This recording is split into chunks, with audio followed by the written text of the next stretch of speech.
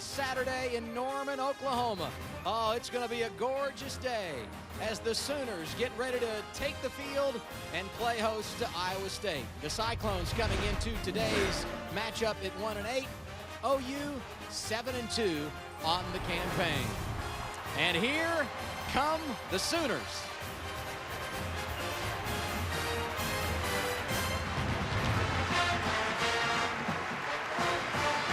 Hello and welcome again, everybody, with the old Texas quarterback Chris Sims. I'm Adam Alexander. How you enjoying the atmosphere today, big boy? Pretty cool. You know, we always played them in Dallas, so it's pretty cool to be here. I'm excited about it. You were officially in enemy territory. You know, this OU offense has struggled quite a bit in 2013. It's been the topic of conversation among fans, and they've got a big challenge today going against one of the best linebackers in the Big 12, Jeremiah George. Yeah, you said it, Adam. Jeremiah George, he'll be all over the field today, number 52 at linebacker. He's great in pass coverage. He's really good against the run. He's just an explosive athlete that's very instinctive, and from what the coaches tell us, he's a great leader as well. On the other side of the ball, Oklahoma, Blake Bell, a big, good-looking quarterback who has all the ability and tools that you want from your quarterback. The thing with him is inconsistency, inaccuracy throwing the ball at times, but he has the ability to be a big-time quarterback. You can't beat the history and tradition of Oklahoma football. It's senior day, the final home game of the year. Iowa State going to try and rain on the parade. A good one in the Big 12. The Cyclones and the Sooners. The kickoff is next. Glad you're with us for a college football Saturday on Fox Sports 1.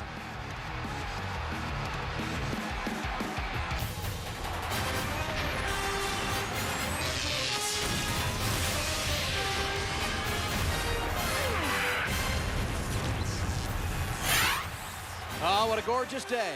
Gaylord Family, Oklahoma Memorial Stadium. It's Fox College Football, presented by Kay Jewelers.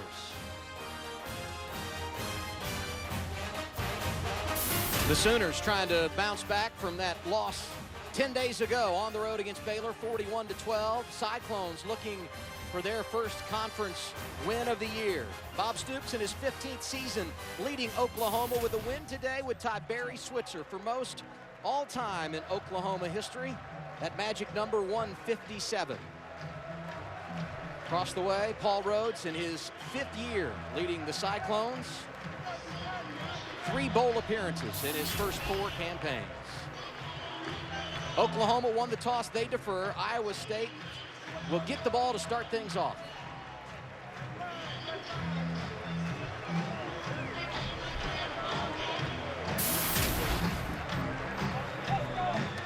Nick Hodgson will put the foot into it to get us underway. And back deep for Iowa State, Albert Gary and Devondrick Neely. Neely last week opened up the second half against TCU with a 98-yard kickoff return that got the Cyclones going. On a windy day in Norman, we are off and rolling. 35th touchback of the year for Hodgson as he kicks this one through the end zone.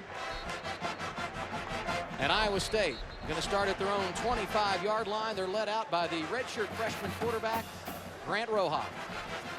Yeah, Rojas had some struggles the last 2 weeks playing, you know, as a redshirt freshman quarterback. He is inexperienced, is a pretty good athlete, has had some problems, though, with accuracy the last 2 weeks, and his decision-making at times has been a little spotty. He's going to have to get off to a smooth start just to get Iowa State's offense in a rhythm and feeling comfortable early. First down, a little play action. Incomplete. Trying to find the big tight end, E.J. Bibbs, the junior college transfer. Yeah, E.J. Bibbs, he's kind of been the go-to guy the last few weeks for Iowa State. A tight end is always a young, inexperienced quarterback's best friend. They're big targets. They got a big catch radius, and they're usually right there in the middle of the field, right in front of the quarterback's face.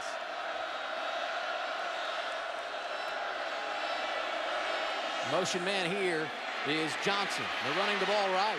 Keeping it is Rojas. He's got the first down as he goes across the 40 and out to the 42-yard line. Actually getting the carry there. He handed it off and got it to Wimberly, who had plenty of room. Wimberly's the guy today that he's the most explosive guy on the Iowa State offense. He's going to have a good day running so the Iowa State team can control the clock a little bit. Good start for Wimberly, who is a junior college transfer. Second team All-American 1 year ago. Second big gainer of the day as he runs this one to midfield. And we get our first flag of the afternoon. Personal foul, chop block, offense, number 76, 15-yard penalty, first down. Dan Romeo, our referee today.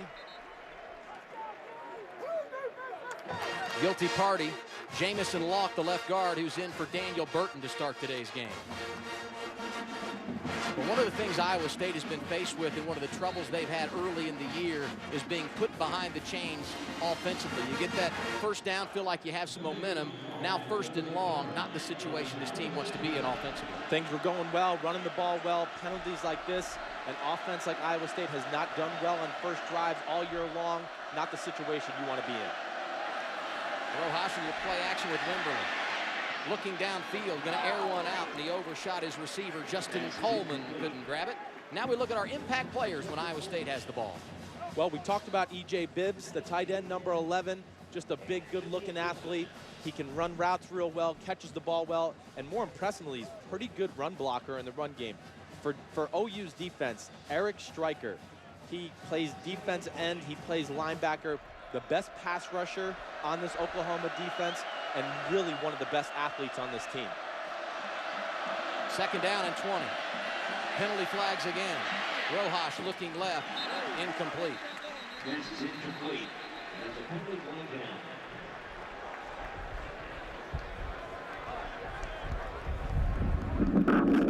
Offside, defense, number 2, 5-yard penalty, second down.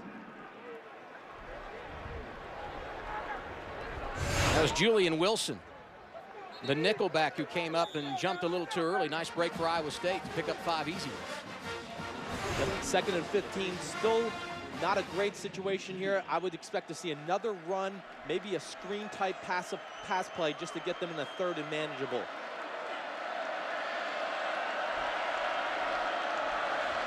Rojas out of the shotgun.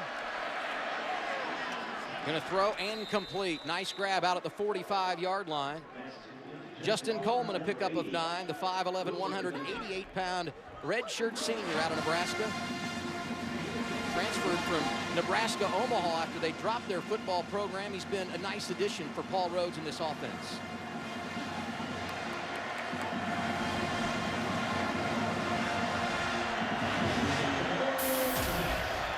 Third down and 6. 82,000 strong, and they'll make some noise here. Rojas to throw, feeling pressure, steps up and goes down. Jordan Wade among those who got back there and knocked him to the turf. Well, Rojas looks to his left here. There's really nothing open downfield, and OU gets good pressure. Number 93, Jordan Wade, really just pushes the pocket right back into the quarterback's face. Rojas has to move the pocket. He gets down and gets out of harm's way. Getting pressure without Charles Tapper, the big defensive end who's not playing in the first half, sitting out after throwing a punch against Baylor. First punt of the day for Kirby Vanderkamp, one of the better kickers in the Big 12. Saunders back deep. This one takes an OU bounce and will be downed at the 39-yard line. That's where Oklahoma opens things up offensively. Quarterback Blake Bell going to get his first crack today, and you and I have discussed a lot about what this team will be about offensively today against this Iowa State defense. What do you anticipate? They start with good field position. Yeah, good field position. The one thing I look about in this game, OU, they like to run the ball, but I do think they like their matchups outside as far as the passing game.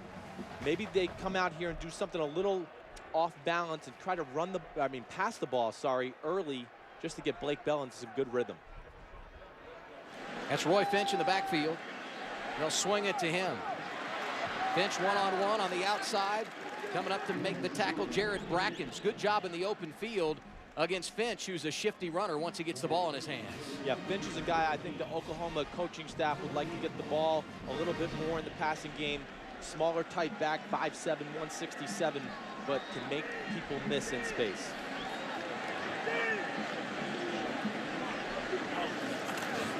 Second and 10. This time they run it with Finch. Miller room over the right side. Takes it out across the 45 to the 46, where Brandon Jensen brought him down. I think we might see a lot of runs on the edge of the Iowa State defense today. If there's a matchup that I am kind of concerned for the Iowa State defense, it is their defensive ends. They are a little undersized. Number 48, Corey Morrissey, 249. 50, Willie Scott is 6'2", 250, 224. So they have their hands full with some big Oklahoma offensive tackles. That's Williams, the motion man, passing right, caught, first down, out of bounds. Jazz Reynolds has the grab down into Iowa State territory. Reynolds, a big target, just a simple out route here. Attack the corner, put the foot in the ground, come out, and a nice accurate throw by Blake Bell. Nigel Tribune over there covering him, the true freshman cornerback that really has come on, starting the last 5 games for Wally Burnham in this Iowa State defense. Oklahoma moving early, first down inside the 45-yard line. Bell going to pass, goes to Saunders, who dropped it. Coming up to make the hit, Jansen Watson. And now our impact players when the Sooners have the ball. Well, Jalen Saunders, you just saw him drop the ball. Had a little bit of a problem with that last week against Baylor, but he is the best receiver on this OU offense. Really good in space, good route runner, and can make some things happen. On defense, Rodney Coe, a junior college transfer, who the coaches say the lights have just come on for him as far as understanding the defense. Really talented and has played really well the last few weeks for the Iowa State defense. Bell going to tuck and run on second and 10. Might have gotten 2 yards. There is a flag on the play. Came from that area where you normally see holding. Our third penalty of the afternoon. Dan Romeo's been busy. Holding. Offense. Number 71. 10-yard penalty. Second down. Tyrus Thompson, the guilty party. You'll see Tyrus Thompson right here at left tackle. He's matched up against 48 Corey Morrissey. Morrissey makes a good move. That's a tough call for an offensive tackle right there. Tyrus Thompson, I wouldn't have called that if I was the ref. I think more there, he just physically dominated Morrissey, and maybe the ref just caught the end of that play there. Spotting the ball back at the 46-yard line in OU territory. Second and 20 for Bell. Going to put it up. Getting some pressure. Just throws this one away. Couldn't find his man over on the near sideline, LaColton Bester. These are not the situations that the Oklahoma offense is real good in.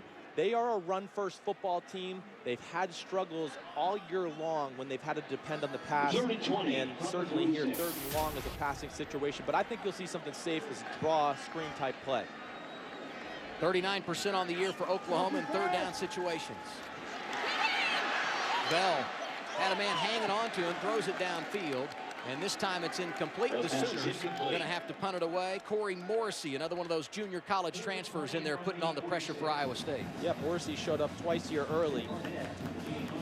They're going to have, like I said, though, these defensive ends for Iowa State in the run game, they're going to have their hands full being undersized, and as well as the pass game, trying to get the edge on some very good offensive tackles. 71 Tyrus Thompson, who we talked about on the hold, and the right tackle, 79 Darrell Williams, are both very good players.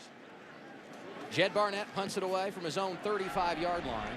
It's Justin Coleman back deep for Iowa State, who lets this one bound into the end zone. Each team has had the ball once. Neither able to generate points. We're underway in Norman, Oklahoma. Iowa State and the Sooners scoreless.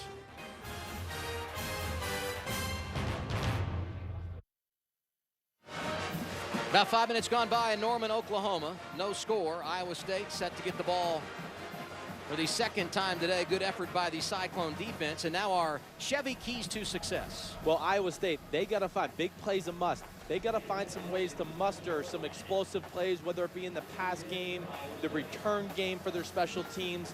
But they've had troubles with that all year. And then Oklahoma, I really think they need to just pound the rock. They need to run the ball. I think they have a significant advantage with their offensive line versus the Iowa State defensive line.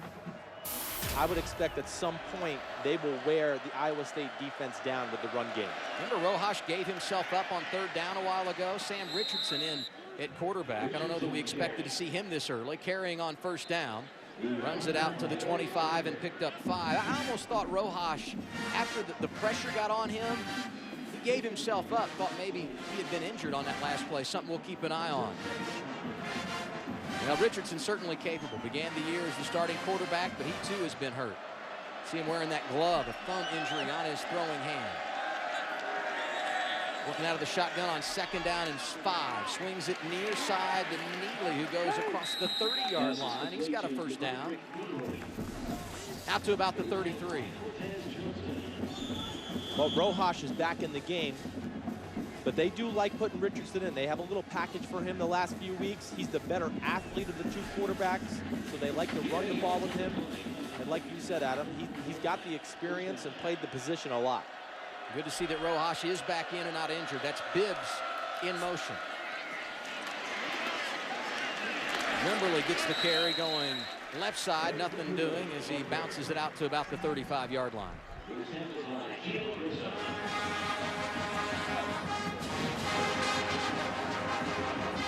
Iowa State looked good on their first drive. Only problem for them, they got the penalty that put them behind the chains, much like Oklahoma, a place they don't want to be, but so far, so good. The Cyclones showing some positive signs.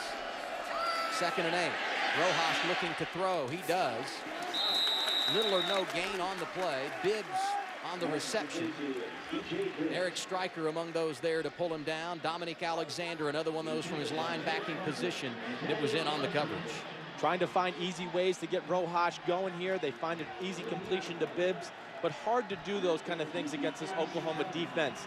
They are so well coached, very rarely out of position. Mike Stoops back, second season since he had left and taken over the head coaching job at Arizona, and you see his fingerprints all over this Oklahoma defense. Young, aggressive, and very capable. Rojas on 3rd and 8. Completes the pass to Bundridge. It's going to go out of bounds. Good enough for the first down across the 45-yard line. Well, you'll see a nice route here by Bundridge. The thing that jumps out at me, this play should never be completed. This is a cover 2 defense by Oklahoma. That means there's safety help over the top. Cortez Johnson getting a start today because Aaron Colvin's out. He needs to play that more aggressively. Really should be all over that throw. Shouldn't let that get completed.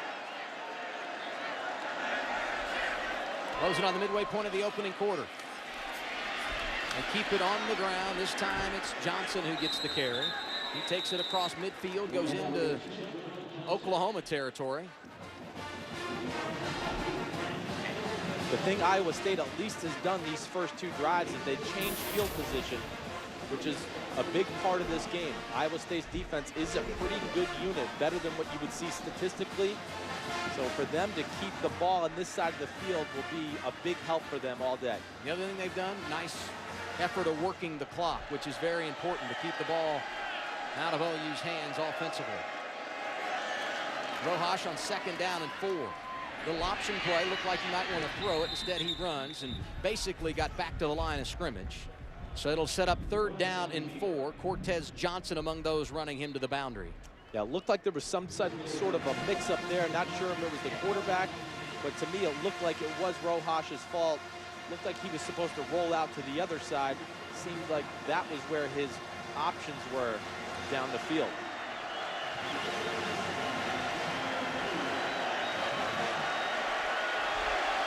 Oklahoma undefeated this season at home. One of the reasons why, the crowd, 82,000 making noise on 3rd down. Rojas to pass deep down the right sideline. It is going to be intercepted, pulled in by the safety Hayes. He will run it back across the 20, and Oklahoma has got the football.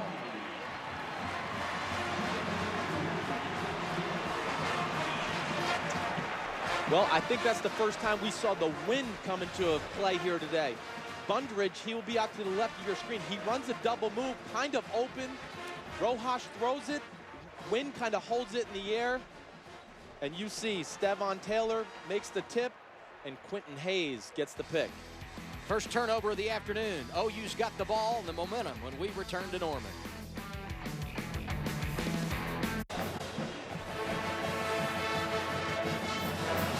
Windy day in Norman, Oklahoma. And that wind wreaking havoc on the Iowa State offense on that last drive. Yeah, they had a double move outside with Quinton Bundrage. He's open, but the wind is howling. And as an ex-quarterback, I'll tell you, the wind bothered me more than anything. I'd rather it rain, snow, whatever it is. The wind is tough to throw, and they do a little double move on Stevan Taylor, who's getting some playing time today. He does a good job just batting the ball in the air, and really a nice play by Quentin Hayes, who's played really well as of late at safety, number 10. Blake Bell working out of the pistol from the 17-yard line. Gonna run it on first down. That's Finch across the 20.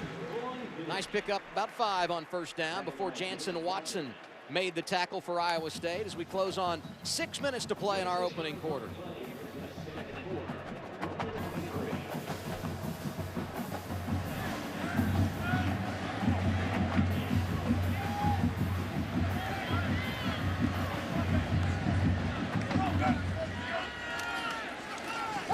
Bell keeps it on the ground. Finch a couple of tough yards as he slashed up the middle. Will set up a 3rd down and short for the Sooners. This Iowa State defense, statistically, I know we talked about it earlier, they're better than what people think.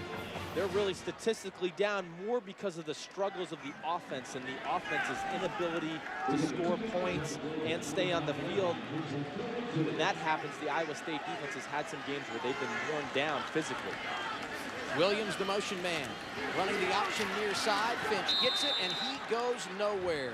Nice effort coming up to make the tackle, Corey Morrissey, and he got some help from Jaquez Washington, the free safety.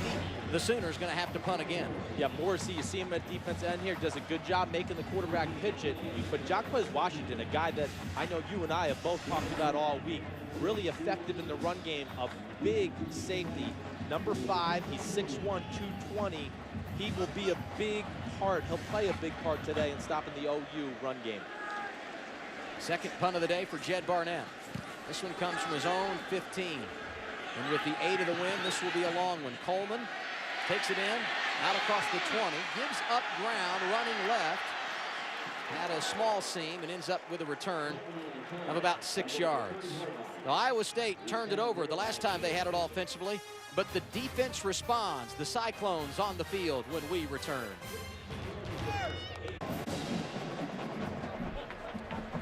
Still no score in Norman, Oklahoma. 4:27 to play here at Oklahoma Memorial Stadium. Each team has had a couple of opportunities offensively and neither able to do anything with it. And you got to give a lot of credit to that Iowa State defense. After turning over the football, the defense responded, and now the Cyclones have got it back. And Chris, there is little doubt, if Oklahoma wins today, what the headline will be in the paper tomorrow. He is in rare air with these two guys. Barry Switzer, one of the all-time greats. Bud Wilkinson, one of the all-time greats. And Bob Stoops is right up there with him. Just done a great job his 15 years at Oklahoma.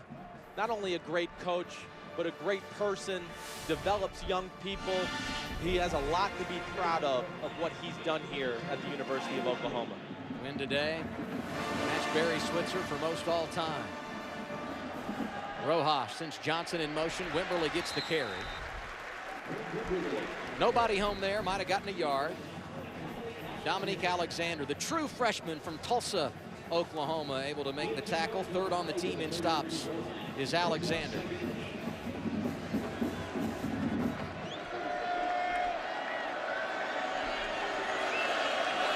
Rojas to throw on 2nd down. Swings to Wimberly. Always dangerous when he's got the ball. Near a 1st down as he falls at the 40-yard line. A yard shy. Gino Grissom tripped him up, or he might have gotten a lot more. Yeah, nice little screen play here. Good call by offensive coordinator Courtney Messingham. And Grissom does a good job in pursuit, making the tackle. That would have been a 1st down. Iowa State goes quick, trying to catch Oklahoma off guard. It's going to be close to the 1st down. Chantrell Johnson got the carry there. Again, it was Alexander in the neighborhood making the stop. They say it is good for a first down, and Iowa State, who's had a bad theme of going 3 and out on early possessions, they're yet to score this year on their opening possession of the game, but they are looking decent here in the first quarter. Throw left side incomplete to Bibbs. A lot of pressure coming, a flag, and it could very well be a hold. Holding. Offense. Number 74. 10-yard penalty. First down.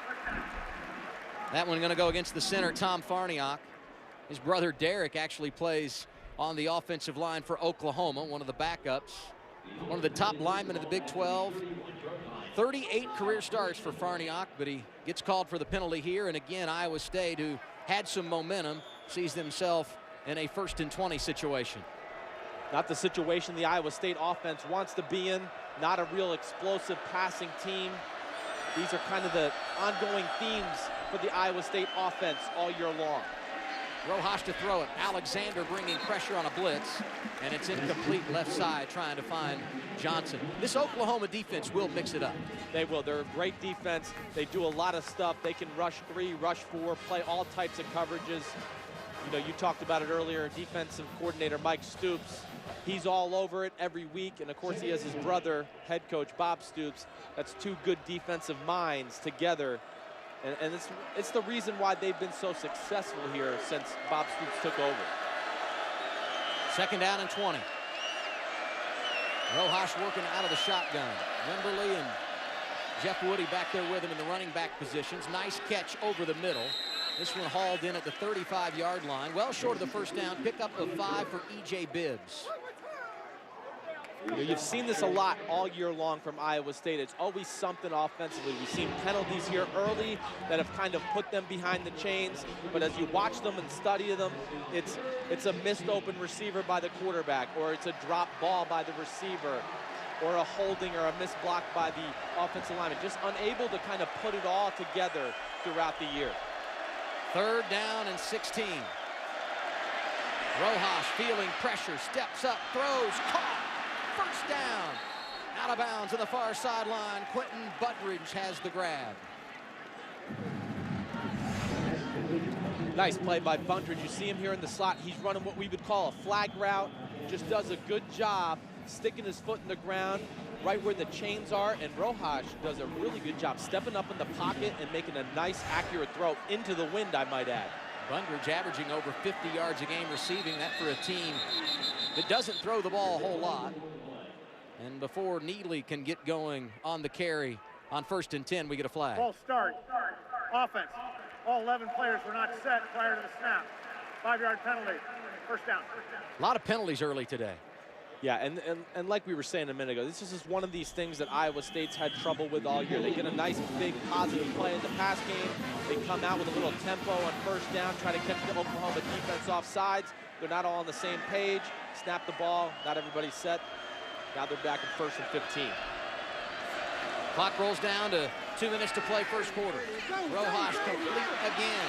Bibbs again. Close to another first down as he takes it to the 35-yard line. Bibbs making his presence known early. Frank Shannon, the middle linebacker, pulled him down on the tackle. Bibbs is just a tough matchup no matter who covers him. He's a little too fast and quick for linebackers, and he's just too big for safeties and corners.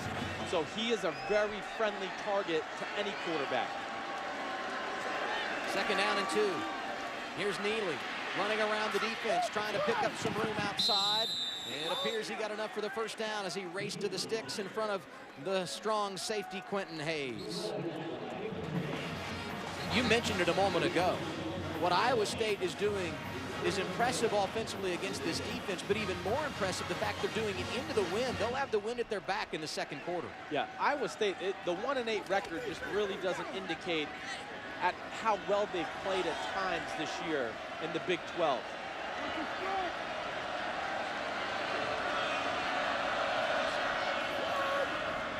Quick pass left. Coleman's got it. Inside the 25-yard line. Zach Sanchez pushed him out of bounds. But not before he picked up 7. Just a simple little screen, wide receiver screen, a bubble screen, what you would call it. Justin Coleman, who's got very dependable hands and runs a little bit better than I think people expect when he gets out here on the field. Does a good job turning it upfield. But a nice accurate throw there by Rojas, letting the receiver down the field so he can make a run after the catch. Third play, we've seen Sam Richardson in at quarterback. We know he can run the football. Second on the team in rushing here. He hands it off. And another first down. Aaron Wimberly gets the carry.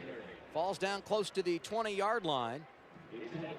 People shouldn't be surprised Iowa State hanging in here right now. I know they're 1-8, but they've lost 5 games that were one-score games. You know, other than the Oklahoma State game, the Kansas State game, the Baylor game, those 3 games, they got a little overpowered and really just didn't have the manpower to compete with those guys. But everybody else, they've played well. Whistle and another flag.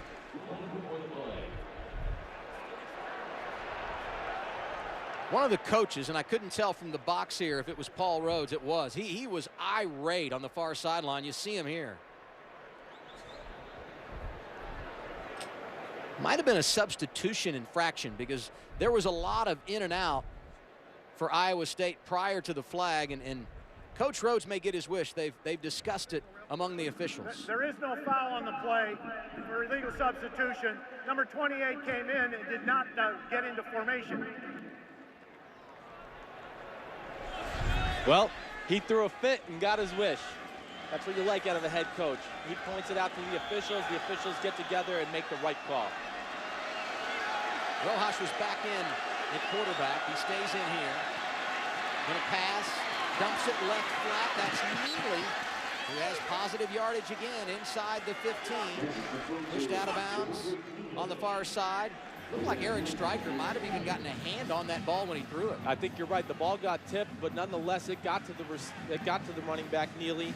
I like what Iowa State's doing here. A lot of stuff into the flat, short passing game, letting the receivers run, and an occasional down the field throw. You saw their numbers in the red zone this year. Pretty good for the Cyclones once they go inside the 20. That's where they will be as we flip the field. The first 15 minutes in the books in Norman, Oklahoma. We've played to a scoreless tie. Good to have you with us on a college football Saturday in Big 12 country. Second quarter action when we return on Fox Sports 1.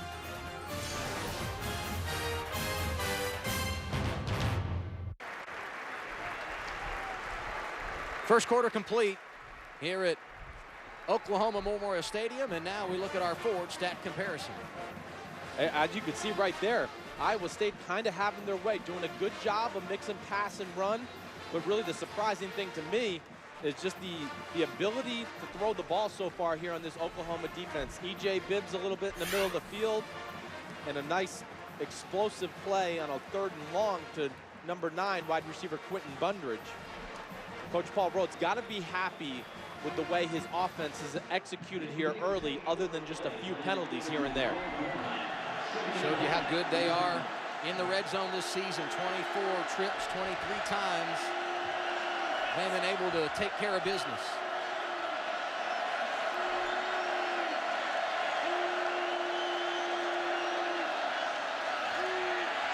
They're going to throw it. Incomplete.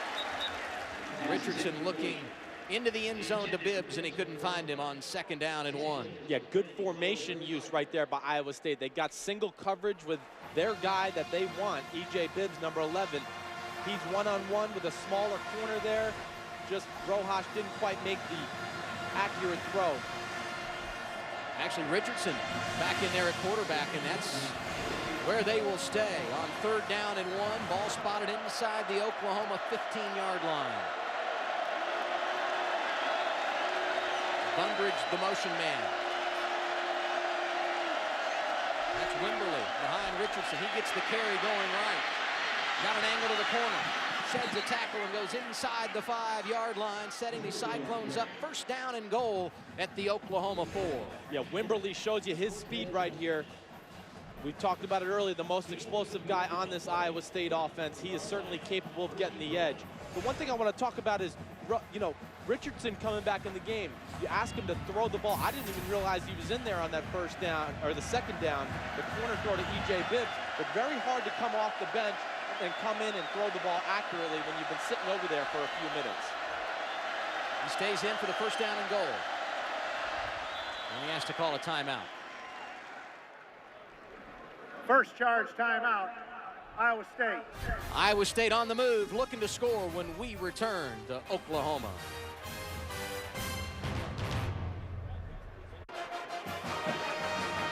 Just underway in the second quarter. Iowa State burns their first time out of the half. Pretty good place to use one, because these are big plays for the Iowa State offense. First down and goal inside the Oklahoma 5. And you and I just talking during the break, Chris, getting 6 here a must for the Cyclones. Huge for the Cyclones. A 1-8 team. Build some confidence. Put some pressure on OU. Don't want to settle for 3 when you get down here in these type of situations. 6 points will go a long way for the Iowa State Cyclones, especially with their defense and the way it plays. Richardson stays in at quarterback. That's Johnson behind him. No option. Richardson going to the corner. Touchdown. He kept the ball and fooled everybody. An easy walk in from 4 yards out. Second straight week, Richardson has a rushing touchdown, and both of them coming off the bench. How poised is Richardson from the sidelines? First thing, smart timeout by Paul Rhodes. Great play call by Courtney Messingham. They thought they might have some advantages with the quarterback running on the edge today. But great job by Richardson. He shows you some of his athletic ability. Cole Netton adds the extra point. Iowa State on top 7-0. A 4-yard run, a 14-play drive. Sam Richardson with the capper to the corner. Great play fake. And Paul Rhodes, the coach, feeling good about the Cyclones on the road. Iowa State on top of Oklahoma, 7-0 with 14:18 to play here in our first half. The drive, 14 plays, 69 yards. And Richardson able to finish it off. 5:09 is the time covered. Second straight week Richardson's gotten in the end zone. 14-play drive. Really the impressive thing about that right there. Wearing down the OU defense. Things are looking good for Iowa State right now. We thought that this could be a letdown game for Oklahoma. I know you and I talked about it during the week, Adam, coming off a tough loss to Baylor, and they got Kansas State, Oklahoma State in front of them the next 2 weeks. Maybe they've overlooked this Iowa State team and are sleepwalking a little bit here early.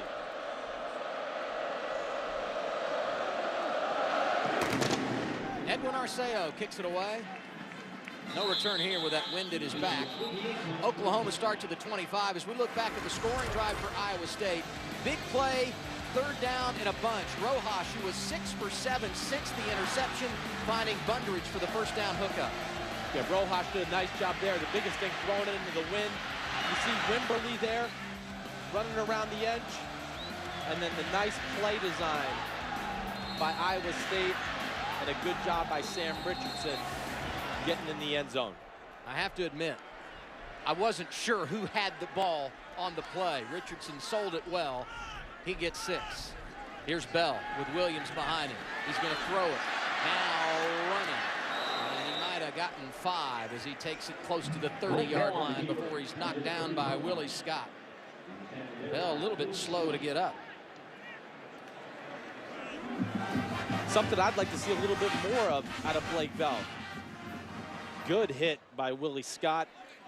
But Blake Bell, I like that. He's a good athlete, nothing there downfield. Get off the receivers, go make a play with your legs. No doubt that's his strong suit. 2nd and 5. Williams gets the carry, breaks the tackle. Across the 40, at midfield, and he may go. No, they say he stepped out of bounds. Damian Williams running free, and they're going to rule he went out of bounds back around the 47-yard line. He picked up 17. Yep, just a little power play off the edge, guards pulling, and Damian Williams, to me, the best running back on this Oklahoma team. He's explosive and powerful. Got a bad snap right here. It's going to put Oklahoma in a 2nd and 12 or 13. But I really like this Damian Williams kid, number 26. He's got some power. He goes 5'11", 211. And when I watch Oklahoma's offense, he's the running back that jumps off the screen to me with the most explosive ability and the best power of the group as well. So we've seen Rojas and we've seen Richardson over on the Iowa State sideline, and now they're changing things up at quarterback with Trevor Knight for Oklahoma. He gives on the draw. Some running room here, and it closes up quickly. Ball was fumbled by Williams, but they say he was down as he went out to the 44-yard line. So Trevor Knight seeing his first opportunity. He was the starter when the season began, got banged up, and once Bell started, he's never given it up. Yeah, Trevor's got a really good, he's the most athletic out of the two quarterbacks, can really run, a little bit smaller than Blake Bell, 6'1", 201, but they like putting him in the game, change the pace, give the defense to think about, something to think about with him running the ball and some of the read option plays they have. Tough situation here, 3rd and 13. He's going to tuck it and run. Going left, across midfield, hit at the 45 and brought down 2 yards shy of the first down. I think Blake Bell might be shaken up here, though. I do see him sitting over on the bench.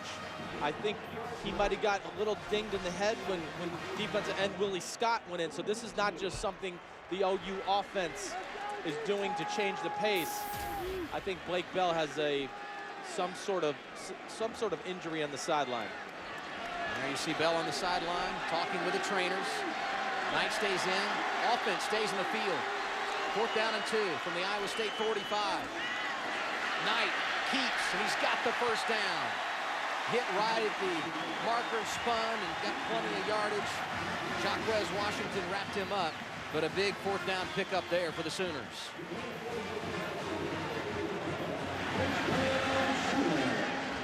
Quick pass near side. Little shake move by Saunders, going nowhere. He lost yardage on the wide receiver screen. Jansen, Watson, Deion Broomfield, who had an interception last week, made the tackle. So important with those type of plays, a bubble screen to the receiver, to lead the receiver on his downfield shoulder so he can make a play with the ball after the catch. There, the ball a little bit behind him. Iowa State's defense gets a little bit extra time to recover and make the gang tackle.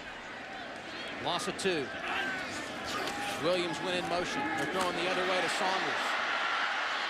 Had a little room, but could not make it happen. Jevin Miller made the tackle. Miller, one of those key linebackers, was questionable when this game began.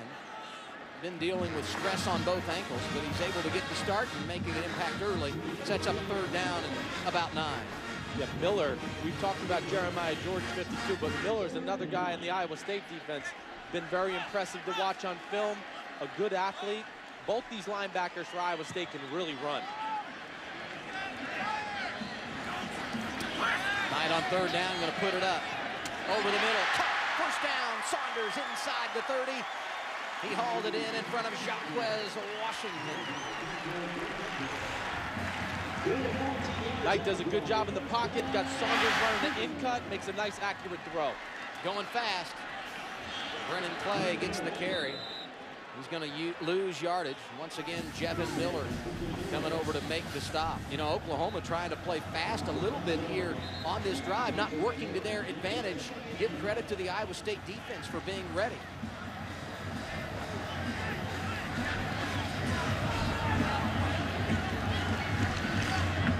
Second down, officially they'll call it 11. Full house backfield for Knight. Little play action. Looking left, got a man. Bester inside the 10. Oklahoma, first down and goal. He pulled it in front of Sam Richardson. Yeah, had the big run package in there. Oklahoma, they bring in tight end 82 Brandon Green, and then they got fullback 48 Aaron Ripkowski in the backfield. Defense expecting some type of run. Good play call by offensive coordinator Josh Heupel. Little play action pass. And Knight throws a nice ball outside on the skinny post. Spot the ball just inside the 8.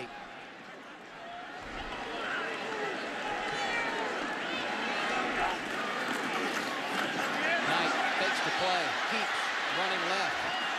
Knight has gotten a yard. Sam Richardson with a tackle there. Nice little play action, get the linebackers to draw up, and then a nice accurate throw Colton Bester, who's a big target and very receiver-friendly. And he has to step up because Sterling Shepard knocked out of the game at Baylor and not playing today. A big loss, one of the top receivers for Oklahoma. Second down and goal.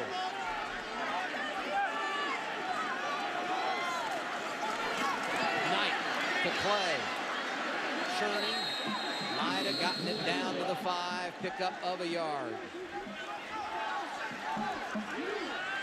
He had 1 yard on the play.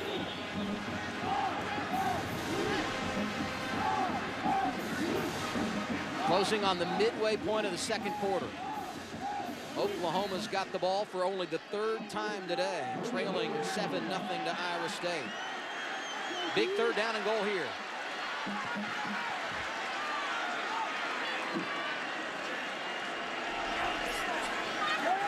Knight going to fade, left side, incomplete. He was trying to get Bester. Richardson would have no part of it. Good coverage. Just a simple fade route, trying to give their big receiver, Bester, who's 6'3", a chance to go up and make a play. Tough because it's into the wind, and Richardson does a really good job of staying on top of Bester and keeping his eyes on the quarterback.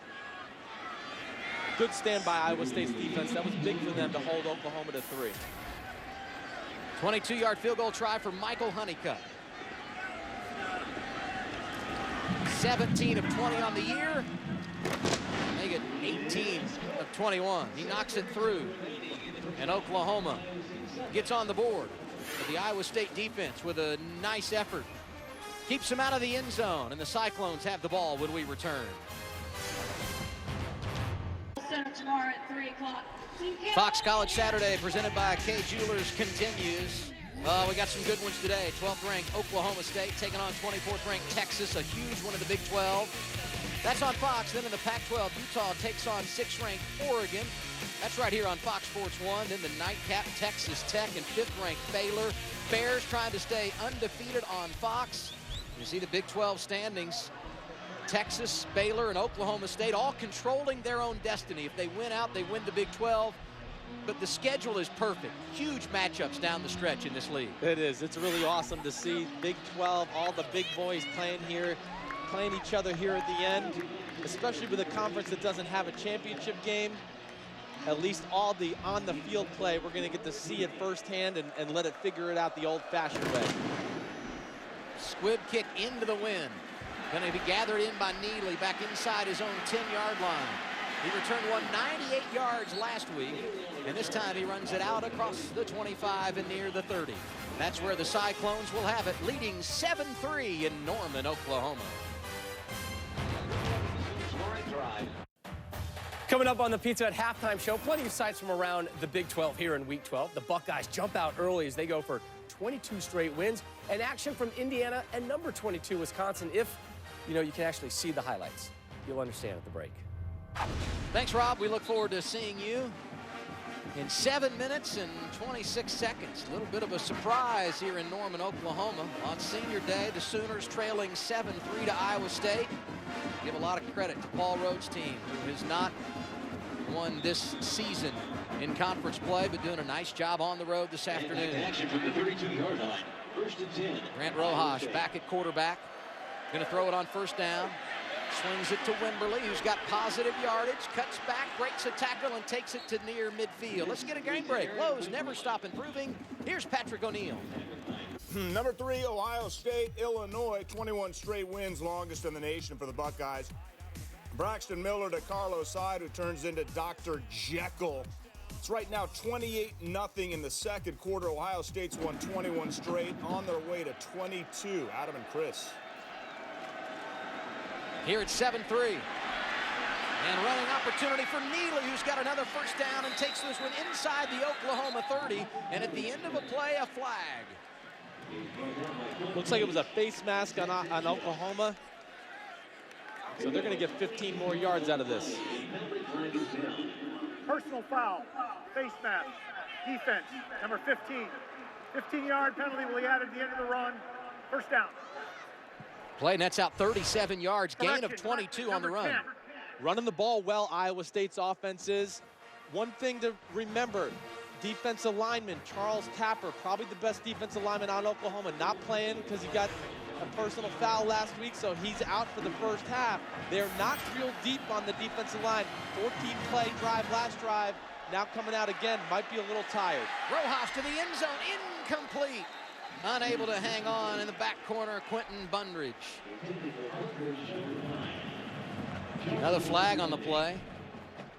And there's a penalty down on the play.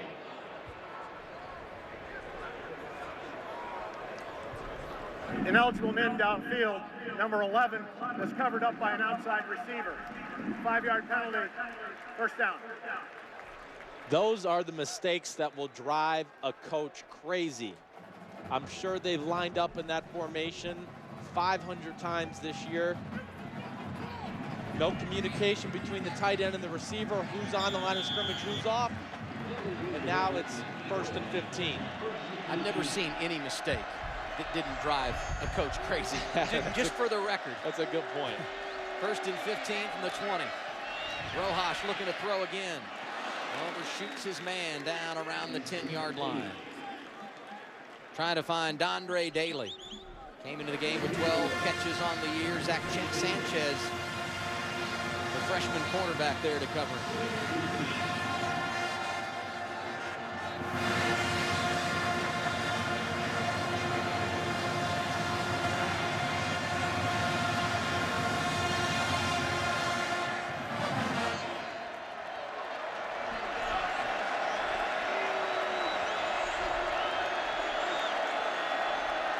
Bibbs in motion. Running it near side. Room. Down inside the 15 to about the 11 for Chantrell Johnson. Again, I like the play design. They bring in the big fullback, Jeff Woody, to lead up in the hole.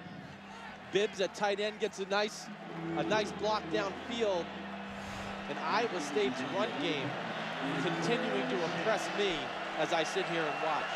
You mentioned Woody, number 32. Fifth-year senior, do anything he can to help this team win. He's in the game on 3rd and 6. Little play action. Speaking of Woody, they got him in the flat and he couldn't hang on. He fell forward and may have had the first down, but that one thrown a little bit behind him. And a kicking situation for Iowa State. This time in the red zone, they're only going to get a field goal try, not going to get 6 points. Oklahoma brings the corner blitz here, and I think corner 15, Zach Sanchez, gets a hand on the ball, tips it, makes the throw inaccurate, but nonetheless a good drive by the Iowa State offense, answering after the long Oklahoma drive.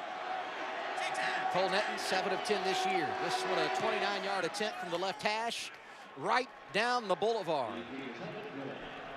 Iowa State unable to get in the end zone, but they get points, stretching their lead to 10-3 over Oklahoma.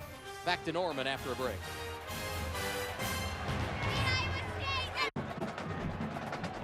Iowa State on top of Oklahoma, 10-3 our score with 5:52 to play here in the opening half. The Sooners about to get the ball back, only their 4th offensive possession of the day, and that's tough for a team that's been struggling and is without their starting quarterback, Blake Bell, who took a big hit earlier from Willie Scott. Yeah, I think that was the hit right there. I think it's something, I'm not sure what it is, but if I had to guess, I would say his head got dinged up a little bit there. Might have got his bell rung. Nice, use some words there. No pun intended. No right? pun intended. Trevor Knight did come on in relief on that last drive. Bell stayed in the game for one more play. Then Knight came in, picked up a couple of 3rd downs, and led Oklahoma to a field goal. Arceo kicks it deep. Wind behind him. But Finch going to bring it from the goal line. This kid's got speed. He's got room left side. There's a flag down, but Finch has the corner. Finch near midfield, but once again a flag has been thrown back inside the Oklahoma 20-yard line. During the return, holding. Return team, number 45. 10-yard penalty, first down. What'd you say about coaches and not liking mistakes earlier? Well, especially when they're self-inflicted mistakes, I should say. But Iowa State, let's talk about them right now, what they've done, just how their game plan is complementing itself. Defense is kind of playing a bend, don't break style of defense. They don't let a lot of big plays. They got good corners on the edge. that keep the receivers in front of them, and they've done a pretty good job for the most part in the run game. And Iowa State's offense to this point had a lot of success running the ball, and they've done a good job of finding easy, manageable completions for both quarterbacks, Grant Rojas and Sam Richardson. Keep in mind here, pretty strong wind blowing toward the north. Oklahoma going right into it. The Iowa State defense has been great today. Here's Knight giving to Williams.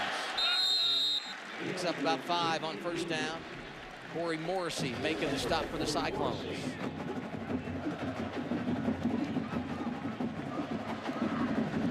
Tough day for offensive coordinator Josh Heupel, not getting many opportunities for his offense here in the second quarter going into the wind. Ought to be pretty gutsy to throw the ball very far down the field.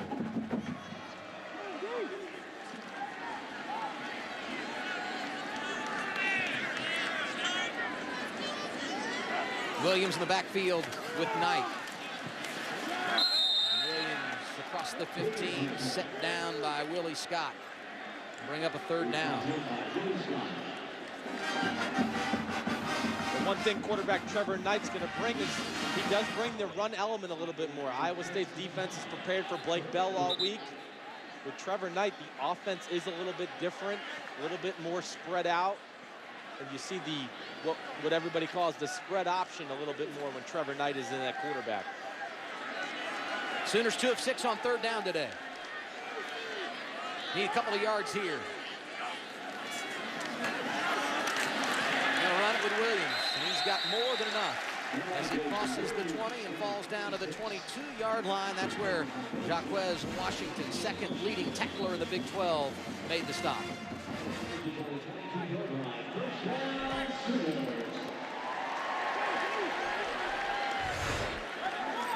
Tell you what, that was a first down that's big for this team that really needs to move the ball and perhaps more importantly keep it out of the hands of Iowa State. 4 minutes to play in the opening half. Knight gonna pass, going down the left sideline, and he overthrows his man. Saunders couldn't run under it, and I'm not a quarterback, but that appeared to be one of those situations where he's overcompensating for the wind in his face. You're exactly right, Adam. Like I was saying earlier, it is really tough to throw in the wind as a quarterback. I was always more of a fan if it was raining or snowing. I felt like it could handle that, but the wind, it's just hard to judge at times how much you got to put on it, how much you got to take off of it. Saw Blake Bell on the sideline. Tough for him. All they can do is watch. Here we go. Little reverse. Coming near side. Saunders pinned up. Going to run the other way. Just not going the way he wants. A huge loss. Corey Morrissey among the Cyclones who stayed home and eventually made the stop. Iowa State's defense, really a well-coached unit. Very disciplined. Willie Scott does a good job of staying patient on the backside, not letting the reverse get outside of him, forces it back inside to where there's more help and more Iowa State defenders. Now third down and 19 from your own 13-yard line. Tough spot for Trevor Knight. Looking left, he's going to take off and run. Penalty flag comes in. They'll be well short of the first down.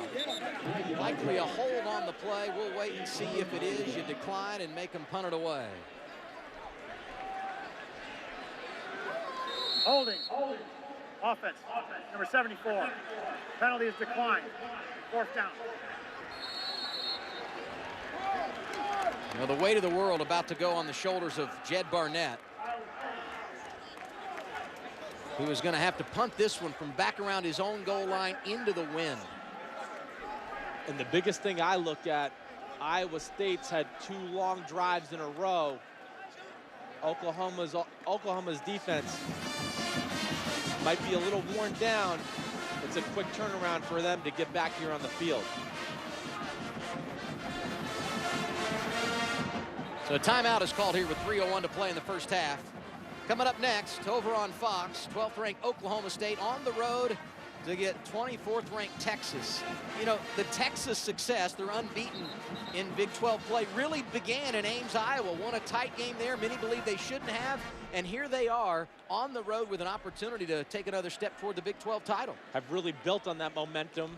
against Iowa State, then went to Dallas and beat this Oklahoma team, which was an impressive victory, but they've been rolling ever since.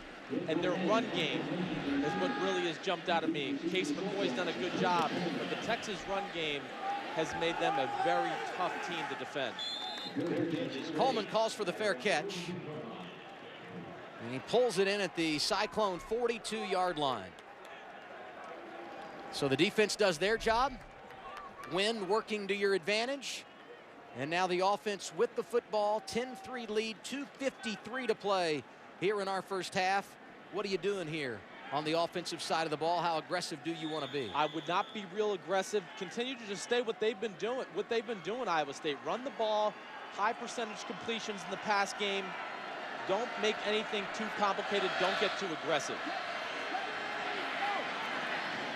Rojas hands it off to Wimberly. He might have gotten a yard before Dominique Alexander, the two freshmen, brought him down.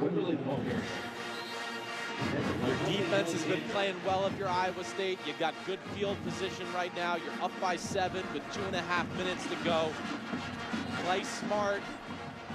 At the very worst, you don't want Oklahoma to get a chance to maybe get some points on the board here before the first half ends, especially when they get the ball to start the second half.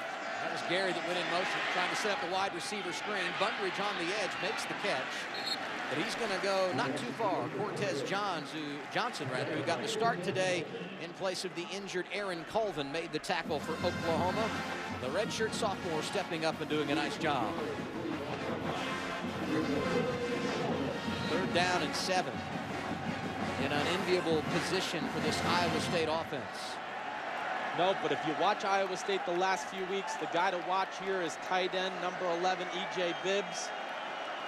You'll see him right here in the slot, but he has been the go-to guy in these situations. In motion to the far side, that's the way they run it with Wimberly, who will go nowhere. Dominique Alexander goes over and makes the stop out of bounds, shy of midfield. And now a timeout has been called. Oklahoma wants to stop the clock so they can get the ball back and have a chance offensively with 1:29 to play. So if you're just joining us, it's Iowa State on top of Oklahoma 10-3. Huge 3rd down conversion late in the first quarter. Rojas, who had already thrown an interception, gets it to Bundridge on a 3rd and 12. Then they go to their right-hander out of the bullpen. Sam Richardson in at quarterback on the play fake, scores. Paul Rhodes very happy about that. Blake Bell knocked out on the ensuing drive. Since that time, it's been Trevor Knight's offense to run for Oklahoma, who did get 3 points, but Iowa State answered with 3 of their own, and that's how we arrive at our 10-3 score with 1:29 to play, and the Sooners going to get one more crack offensively. The Bundridge completion on 3rd and long is the play that jumps out to me. That kind of gave this Iowa State confidence and momentum. And from that point on, they've been playing really well. Vanderkamp kicks this one down to Saunders, who's going to try and return it from the 10-yard line. He slips a tackle and he's free. Running near side. Saunders across the 40. He might go. Jalen Saunders bringing life to Oklahoma on senior day. Give him 6. A 90-yard return.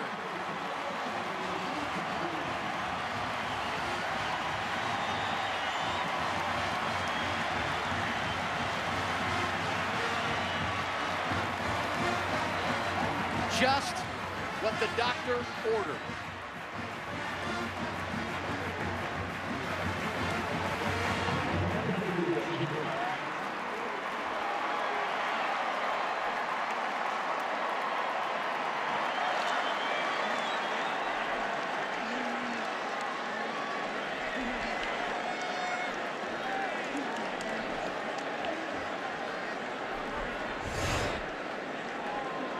When he caught that, I'm thinking, why not fair catch in that area of the field or let it go? It was a risky play by Saunders, but he knows better than anybody.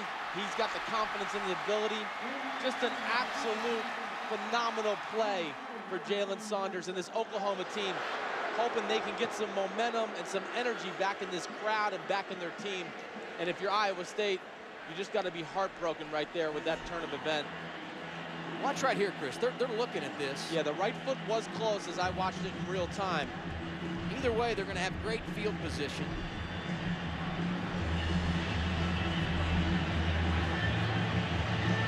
I think he's in all the way, though. I think I saw plenty of green between his white cleats and the white chalk on the sideline. Well, you never know where you're going to get a lift. And Saunders, no doubt, has had to step up his game because Sterling Shepard, the young receiver that is so highly thought of in the Oklahoma camp, has been injured, got knocked out of the Baylor game. Bob Stoops seeing one of his seniors step up on senior day. And oh, how quickly the game can change. The crowd here has just seen the replay on the big board, and they cheering because they agree with us. They think Saunders stayed in, and now we get the official word from Dan Romeo. After further review, the ruling on the field is confirmed. Touchdown.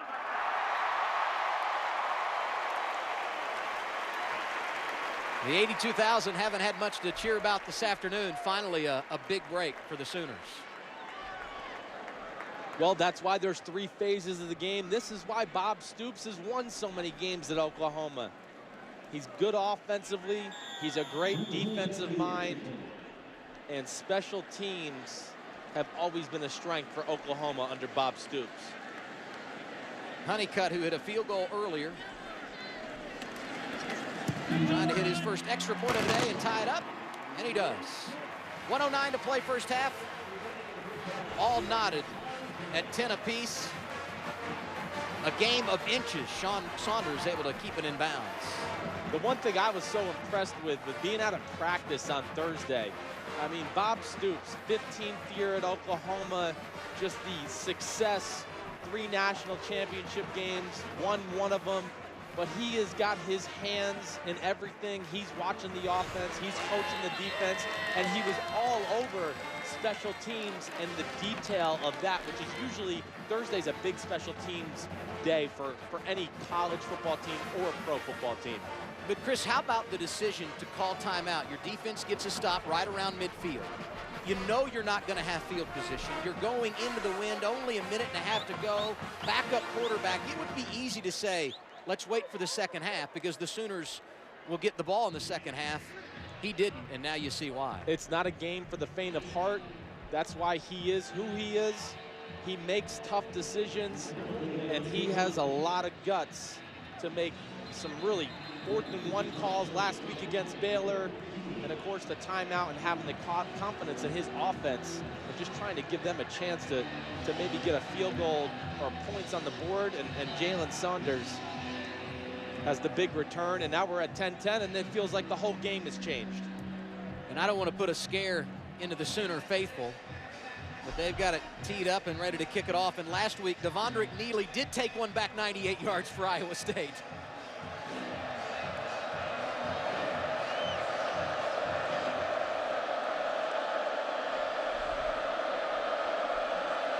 Last time Honeycutt kicked one away was a squib. This time out of a hold. He sends it to Neely, who grabs it inside the 10-yard line. Great coverage as he's buried at the 21. I'm guessing with 1:04 to play and 1 timeout, you do go pretty conservative here if you're Iowa State. Yeah, I think a lot was dependent on what just happened there with the kick return. Nothing special. You got the ball at the 20. You got to be very careful here if you're Iowa State. I would expect you to run, screen. Oklahoma does have 2 timeouts. Make them burn them, and then hopefully you can run some clock down.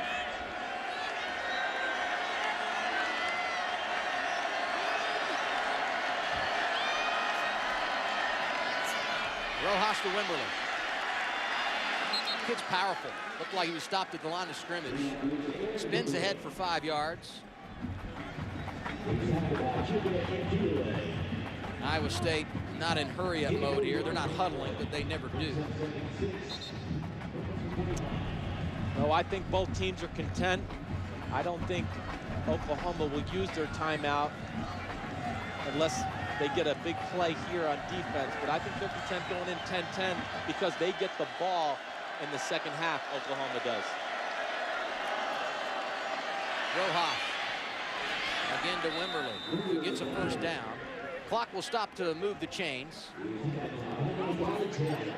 And once they wind it, Iowa State would not have to snap it again.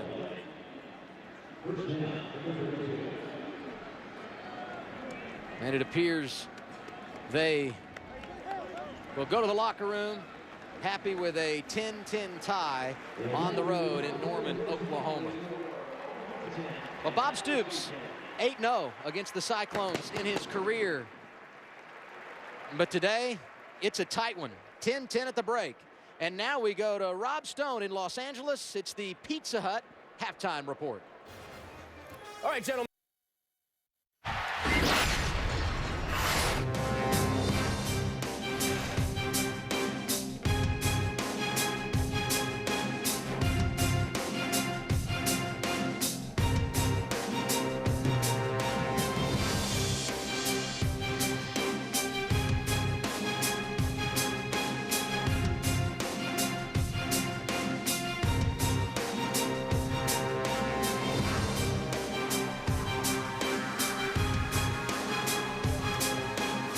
College football is presented by Kay Jewelers.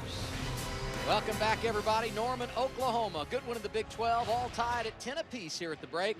The Sooners and Iowa State. Good to have you with us with Chris Sims. I'm Adam Alexander as we get set for the second half. We got a good one going here, partner. We really do. It's been exciting. Both sides have had their moments, but I mean, let's be serious. The big thing, the punt return before the end of the half by Jalen Saunders really changed the whole dynamic of this game, where Iowa State really controlled most of the first half. Sometimes when you can't get it going offensively, you turn to special teams. That's how it went down for Oklahoma in the first half. Iowa State got on the board first. Sam Richardson capping a long drive, goes in from 4 yards out on the quarterback keeper. Paul Rhodes ecstatic. On the other side at quarterback, Blake Bell goes out of the game after this big hit. Trevor Knight would come on in relief. It was 10-3 with like a minute and a half to go in the first half. That's when Jalen Saunders got loose, taking this one back 91 yards. Second punt return for touchdown in his Oklahoma career. He took one back 81 last year against Oklahoma State. And with that, we are all tied at the break, 10-10. Here are our Kay Jewelers halftime stats. The rush yards in favor of Iowa State. 88 on the ground for them. And how about the passing? 103 for the Cyclones, only 44 for OU. Some of that having to do with the fact that Iowa State really maximized their opportunities with the wind in that first half of play. Oklahoma deferred to start the game. They will get it to begin second half action, and this one goes through the end zone. Trevor Knight and company going to start their first drive of the second 30 minutes at the 25-yard line.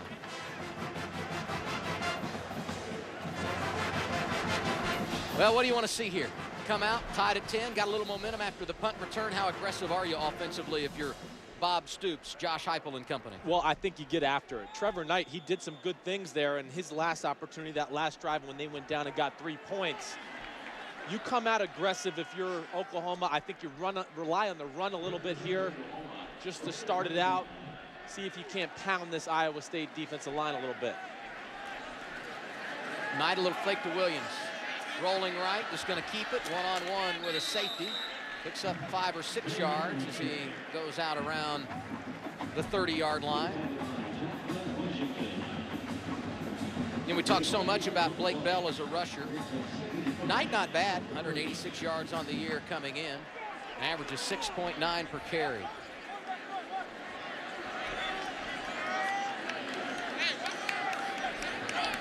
Little pressure coming here, and it leaves a hole wide open for Williams, who's running free across midfield. Damian Williams, second play of the second half, touchdown Oklahoma.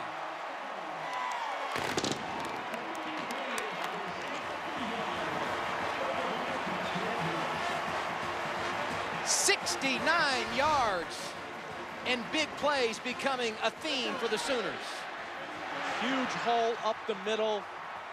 And Damian Williams shows you his speed. I thought they might rely on the run game here early just to set the tempo again and regain the physicality of the game. Nice play call. There was your read option. Trevor Knight made the nice read, gave it the ball to Damian Williams. And now it's 17-10. Michael Honeycutt stays perfect on the day. He's got a field goal, now a pair of extra points. And the Sooners have scored 14 straight in a matter of about 2 minutes. You look at George in the middle of the play, just gets kicked out. Yeah, great effort by Bronson Irwin, the right guard. You're right. Great blocking by the Oklahoma offensive line. Not sure if it was George there or if it was defensive tackle number 9, Rodney Coe. But either way, somebody was wrong in their gap assignment for the Iowa State defense, and that led to the big play. I really like Williams. I know I talked about it a little bit in the first half. To me, he gives them the best chance to be a really good offensive run team.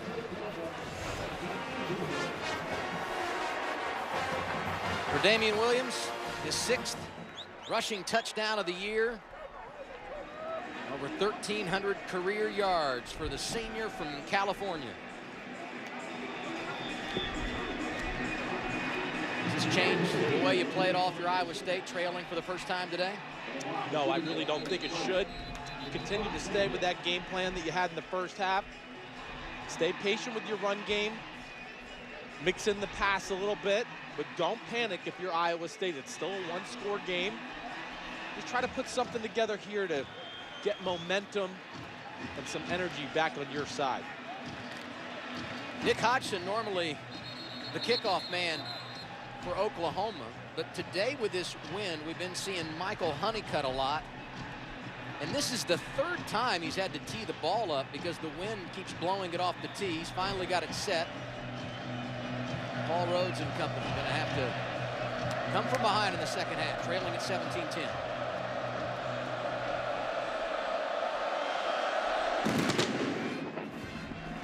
Look at that ball hang up with the wind. Neely runs up, gets under it. Shoots out across the 30-yard line to the 31. Not bad field position for Iowa State. Derek Woods, one of those in the wide receiver rotation, made the tackle.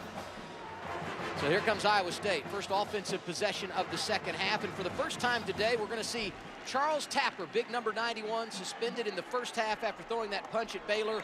We'll see what he brings to this run defense for the Oklahoma Sooners. Yeah, Tapper, the best defensive player on Oklahoma, in my opinion. Just look at him. He looks like a player in his uniform. Let you know when it's back up. But I'm kind of excited to see the adjustments by the Oklahoma defense. Of course, Tapper would help stop the run game. Iowa State had a lot of success on the off-tackle runs in the first half, so Tapper will change that. But the Stoops brothers together are usually so good at adjusting at halftime. Interested to see what they've done in the locker room. Rojas gets the call to start the second half. And how about the defense coming from his nickel back position? Julian Wilson makes the stop. Yeah, you see Julian Wilson right here. He's lined up over the slot receiver. He just simply blitzes off the edge. But there's your first adjustment. You see what the Stoops brothers did. Mike Stoops, defensive coordinator, what he did at halftime.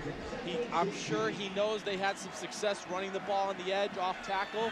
He's going to try to take that away from this Iowa State offense. And as you and I talked about last night, this Oklahoma defense, one of the best anywhere at adjusting on the fly. Second down at 16. Loss of 6. Rojas throws incomplete. Bundridge can't hang on. And right away, a third and way too many for the Cyclone offense.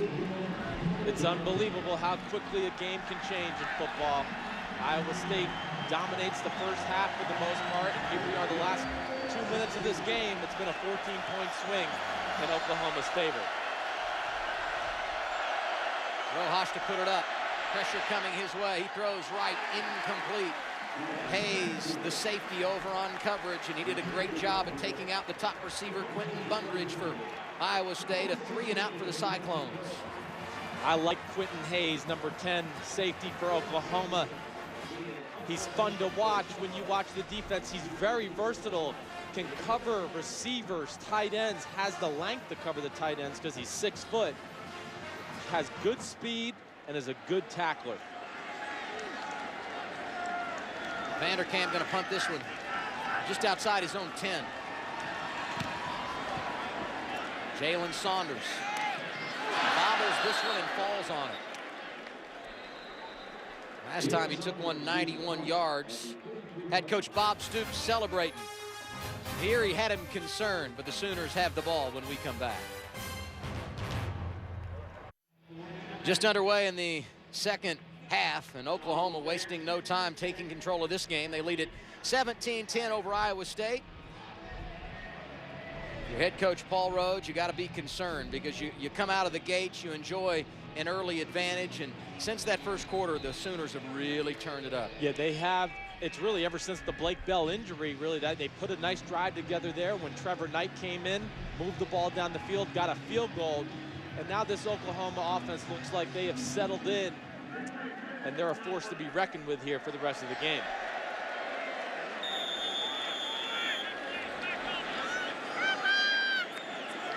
Roy Finch going to get his turn at running back. He sets up behind Knight. Ball spotted just across the 30.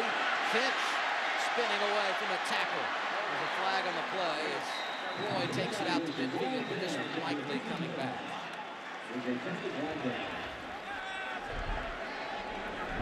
Holding. Offense. Number 79. 10-yard penalty. First down. Holding penalty on Darrell Williams will negate the 17-yard pickup for Roy Finch. A little bit of a head scratcher there. The ball was run to the offense's left. Darrell Williams playing right tackle. Not sure why he would even hold in that situation when the ball's so far away from him. Damian Williams comes back in at the running back position. He just took 169 yards on the last drive. 6 carries today, 101 yards. That's a season high. Prior to today, his long on the season was 32. First and 20. Quarterback draw. Knight, not much happening. Rodney Coe, the kid you really like, made the tackle, the junior college transfer. I really do like Rodney Coe. Just first of all, again, I know I said it before about Tapper, but he passes the look test. You see number 9 right here, right defensive tackle. But just does a good job of really just holding his ground, reading Trevor Knight, shedding left guard Adam Snead, and making the tackle. Coe, one of 5 players on the Iowa State roster that transferred from Iowa Western Community College. They won the national title a year ago. Undefeated. Here's Knight. Swing pass out to Williams. Saw what he can do out of the backfield on the ground here. Makes the catch, dances across the 30. Most of the penalty yards regained there. Set up third and about 10, and looks to be a little gimpy as he goes to the sideline. Brennan Clay comes in at the running back position as we go under 12 minutes remaining in the third quarter.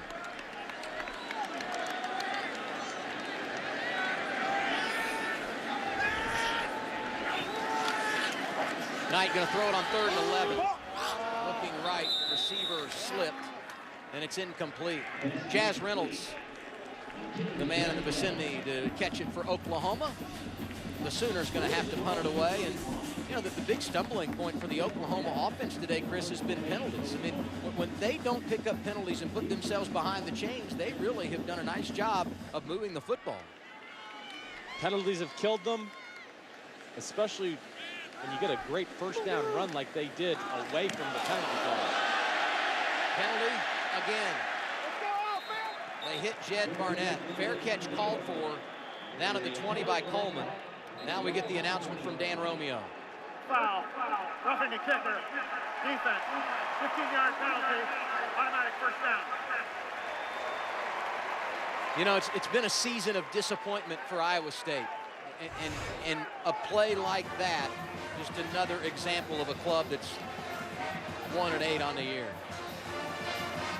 Yep, it's little things like that, and then this is what goes into what we talked about here in the first half. Iowa State's defense plays well, but here they are back on the field after making a nice stand. This is where you can get worn down against a big offensive line like Oklahoma has. Iowa State's kind of treading on thin ice right now. Need to be careful.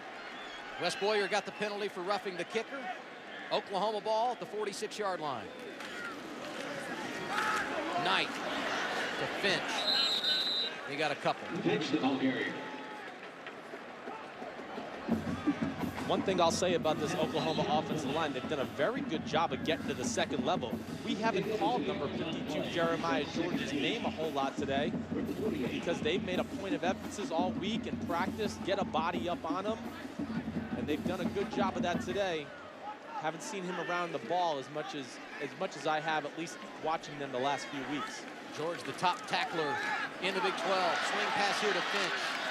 And right on cue, George, one of the players over trying to run him down. Play goes across midfield. They'll spot it just shy of the Iowa State 45-yard line. Set up third and about 2. The Iowa State 45-yard line, 3rd and 1.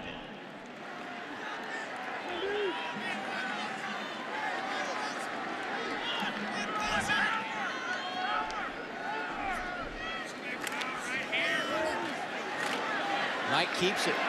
Muscles forward. Has enough for the first down. Inside the 45 down to about the 43. That's where Jaquez Washington, the free safety, made the stop. They had Trevor Knight coming off the sidelines. Not easy to do. And I know he's got a lot of experience. Not really a true backup quarterback. He's been poised today. Here, nothing downfield. He's going to run. Dives it inside the 40 down to about the 39-yard line. Picking up positive yardage on first down. You're right, though, Adam. He has been very poised. Came in the game in not a very easy situation. Made some nice throws into the wind. Made a smart decision right there. Nobody open downfield. Gets up in between the line of scrimmage. Scrambles for 4 or 5. Now they're in 2nd and 5. It's very manageable for Josh Heupel in the Oklahoma offense. That's Clay behind him. Stick it in the gut. Clay keeps drifting right inside the 35. Cuts it in. Inside the 25 and down to about the 22-yard line. Jeremiah George made the tackle. Good vision here by the running back. Yep, sees the cutback lane. Does a good job finding it out to his right side. People got blockers, and then he finds the hole. He picked up 16. And on first down, Knight throws it to the long side of the field where Bester goes down and digs it out. That's a bit of a dangerous pass when you're going into the wind and throwing it that far across the field. Yep, but Trevor Knight throws a nice spiral. I saw it on Thursday. He's throwing spirals out here today. When you're a spiral thrower, it does help when the wind cuts through the air, as you can imagine, a little bit better than a wobbly ball.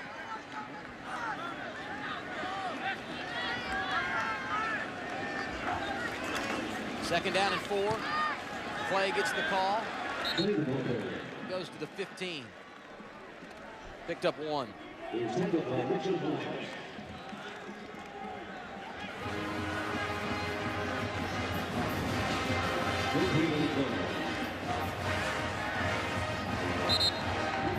Long way to go in this football game. But mentally, if you're Iowa State, probably need to stop here. This offense has operated in 2013. You don't want to be down 14 points midway through the 3rd quarter on the road. Knight going to pass, looking left. Clay out of the backfield. Had it zipped by his ear, incomplete. And here comes the field goal team for Bob Stoops. Well, Trevor Knight, he'll be disappointed when he watches this on film. Little wheel route out of the backfield by Brennan Clay, wide open. Just need to put a little air under that one, right? Yep. Knight just a little off.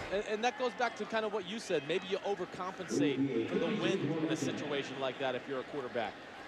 Spot this one at the 22-yard line. A try of 32 for Michael Honeycutt. 1 for 1 on the day. Bingo. 2 for 2. It's now a 2-possession game. Oklahoma leads it 20-10, and they got some help from Iowa State. Defense had made a stop. Roughing the kicker. Kept the ball in the hands of the Sooners. They can't get it in the end zone, but they add points. They're on top when we return to Norman.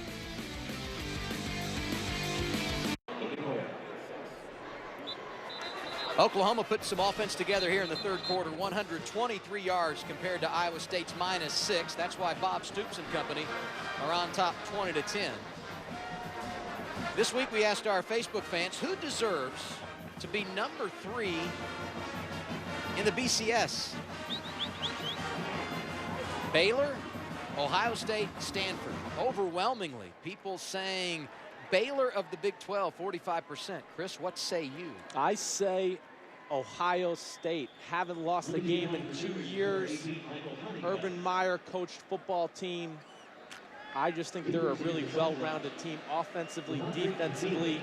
I'm not going to buy into the Baylor, Oregon type football teams until I see them win a national championship. I'm not totally sold that style of football can do it. Baylor gets their next chance to make a statement for number 3 or better tonight on Fox. And they take on Texas Tech in what will likely be a shootout. And no Kevin Reese, who will be out. And probably for the remainder of the regular season. They're hoping to have him back for a bowl game. And that's a big loss when you look at the way they play football. Big loss. Kevin Reese is one of the most explosive receivers in college football. Texas Tech coming off 3 losses in a row. Can their defense rebound? And who's going to start a quarterback for Texas Tech tonight?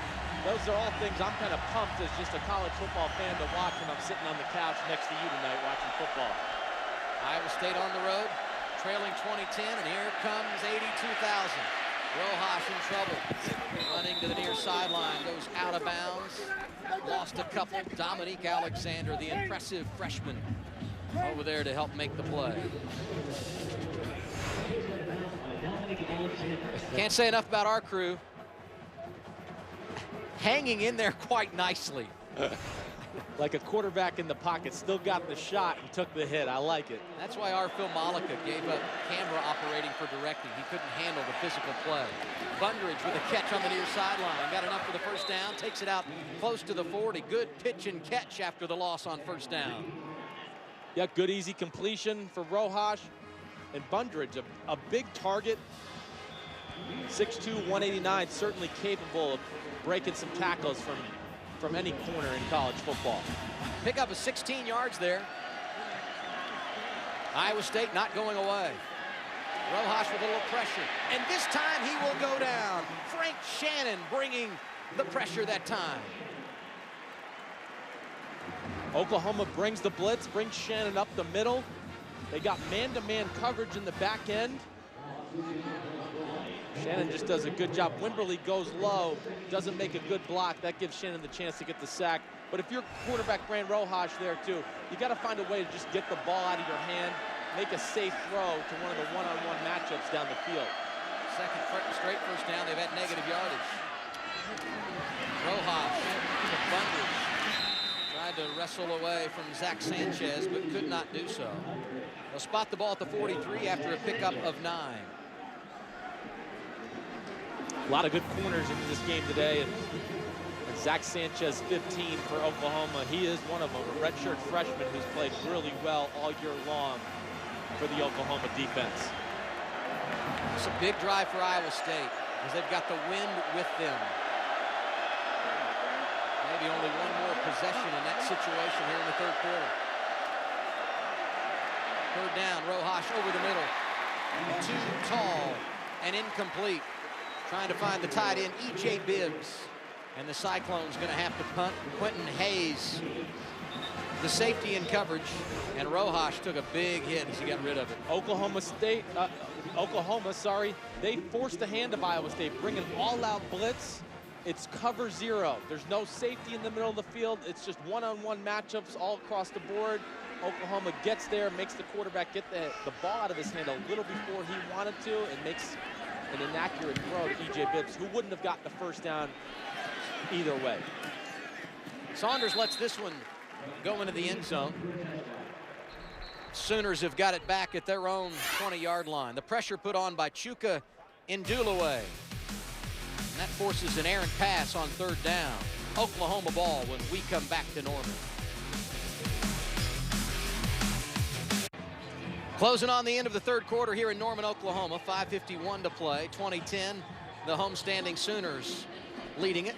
2010 over top of Iowa State. Victims of Typhoon Haiyan in the Philippines urgently need your help. With your support, the American Red Cross is distributing relief items, repairing and rebuilding shelters, providing health care, clean water, and sanitation. To help victims of Typhoon Haiyan, please donate to Red Cross Disaster Relief today. Visit redcross.org or text Red Cross to 90999. Again, it's 90999 to give a $10 donation.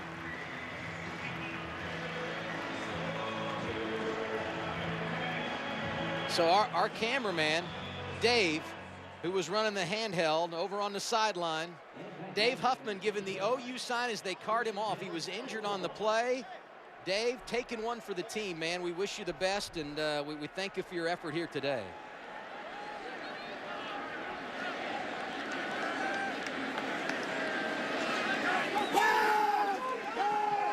Trevor Knight throwing on first down.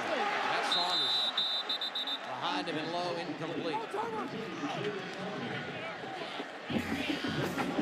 One of the MOs of the Oklahoma offense this year, just the quarterbacks being a little inaccurate, missing throws here and there. The passing game has not quite hit on all cylinders.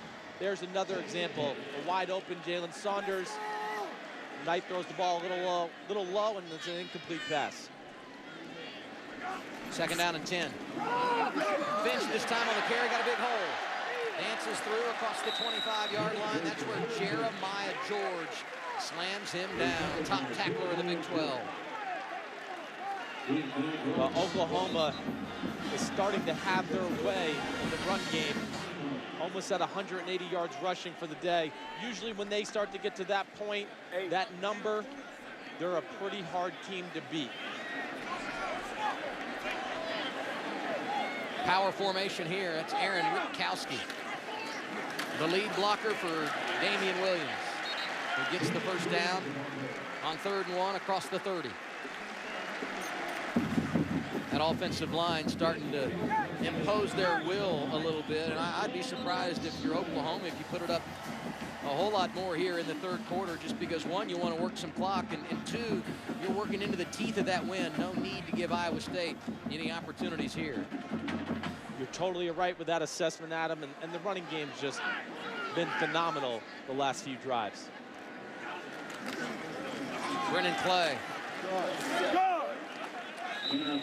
takes it out across the 35-yard line. Jaquez Washington made the tackle there. Go back to the situation you talked about with Knight and the incompletion and maybe not being on the same page. How much of that is a product of a 2-quarterback system, and you just don't have the same guy working it in practice full time every day? It's certainly not easy as a quarterback who's been through that situation.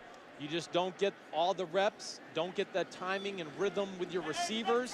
You get out here in a game, and things are just a little bit off. No timing needed here. Hand off to Brendan Clay, and he is gone. Clay inside the 20, and in the end zone for the Sooners again, 63 yards.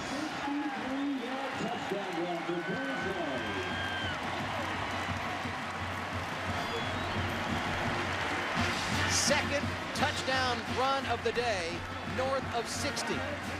Damian Williams earlier in the quarter, and this time it's Brennan Clay, the 5'11" senior from San Diego.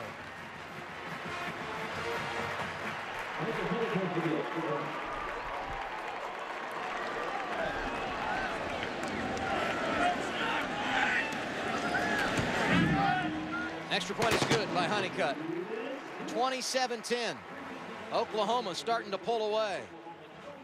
Brennan Clay, he wants to be a broadcaster when he gets done playing football. He would have had plenty to talk about on this play. 63 yards. Oklahoma starting to open it up on senior day. 27-10 our score here in Norman.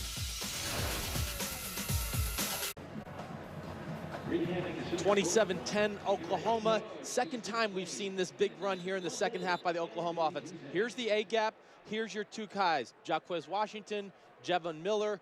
Who's responsible for that A-gap? It's left wide open. I'm not sure which guy it is, but either way, somebody there has to be responsible for that gap.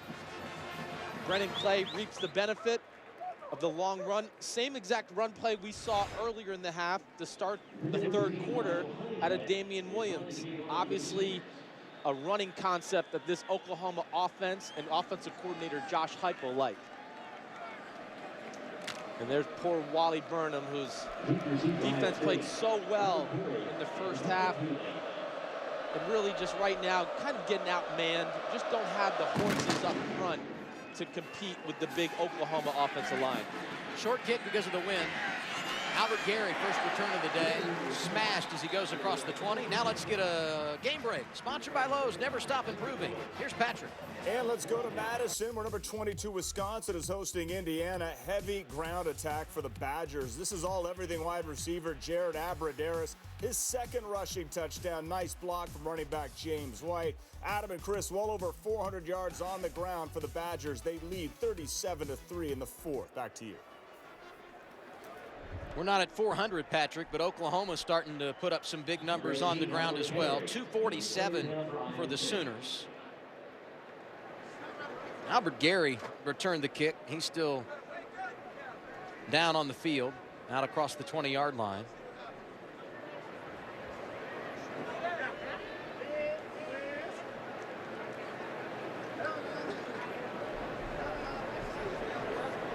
It's tough about the Gary situation, as Iowa State already without Jarvis West, a wide receiver and an outstanding kick returner.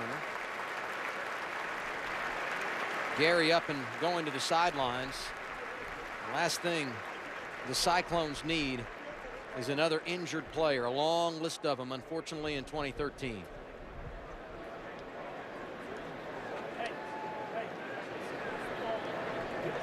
Cyclones have the ball, trailing 27-10. Just under 4 minutes to go here in our third quarter.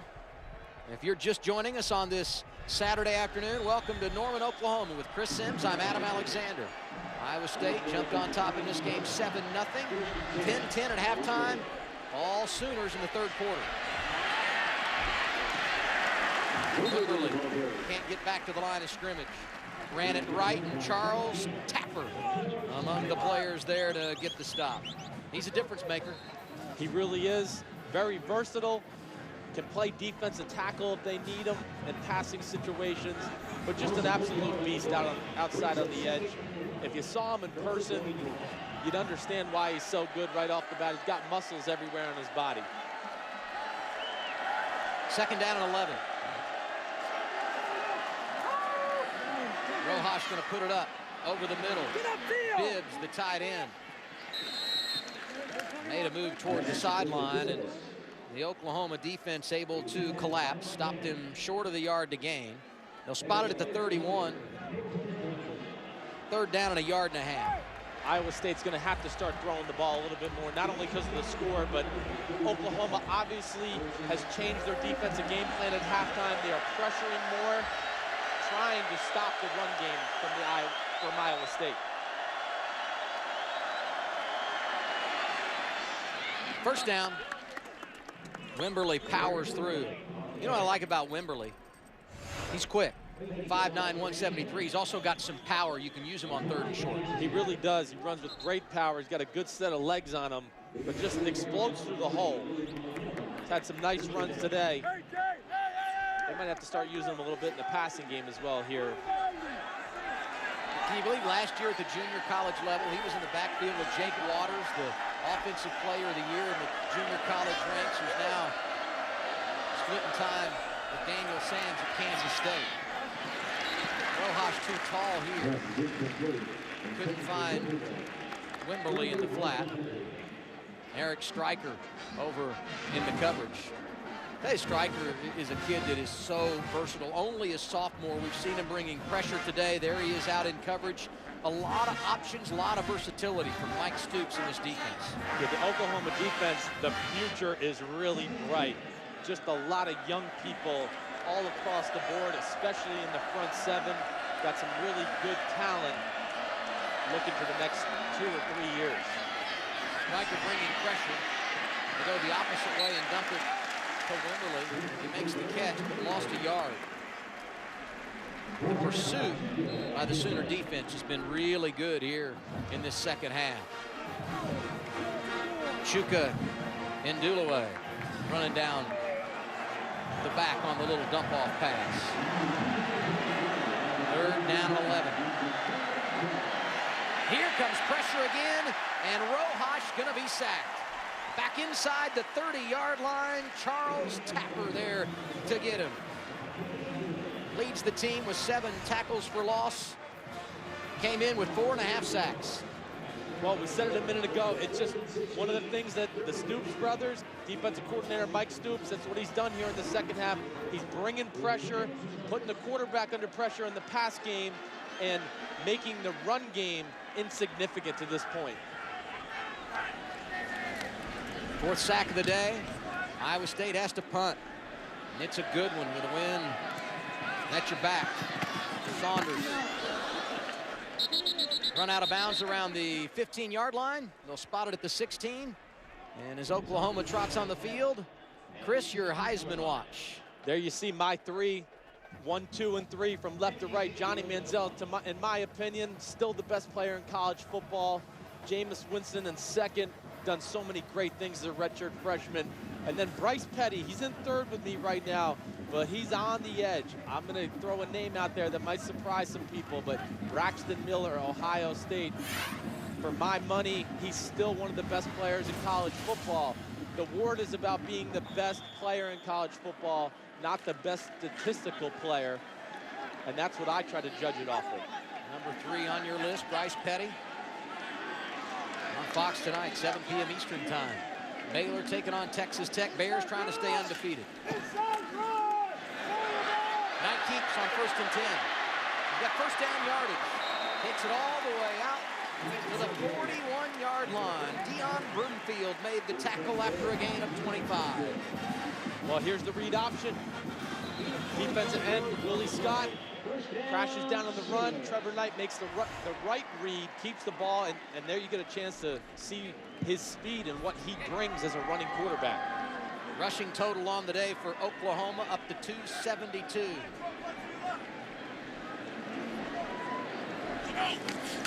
Biggest gainer of the day by a quarterback. Knight catches his breath and hands it off to Roy Finch. Not a lot doing there thanks to Jeremiah George. That'll be the final play of the 3rd quarter. And it could very well end up being the decisive 3rd quarter. It's 10-10 at halftime. The Sooners turned it up. 17-0 to outscore the Cyclones, and they've got the ball to begin the 4th when we return.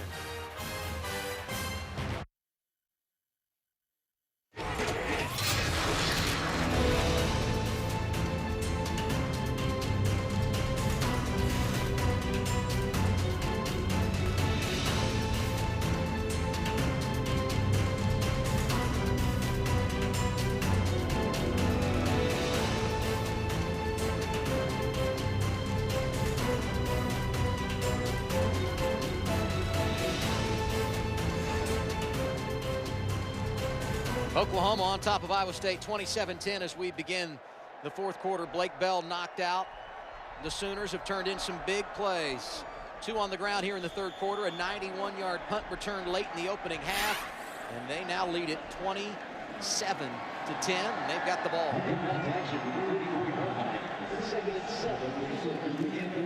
2nd and 7. Knight keeps. Makes a man miss. Running free. Inside the 30. Breaks a tackle, stumbling into the end zone. Knight scores to begin the 4th.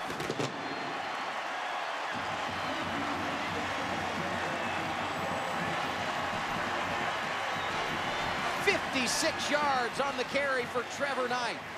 And that's the 3rd play on the ground north of 50 that's gone for 6 here in the second half for the Sooners. Well, I think we're seeing a little bit of what Trevor Knight can bring to this offense when he's at quarterback.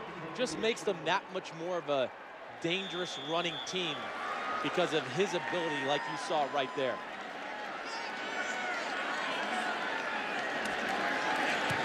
Honeycutt for the extra point. And the guns are sounded, which means it's good. 35-10 with 14:49 to play. Scoring drive, 3 plays, 84 yards. It took them just over a minute.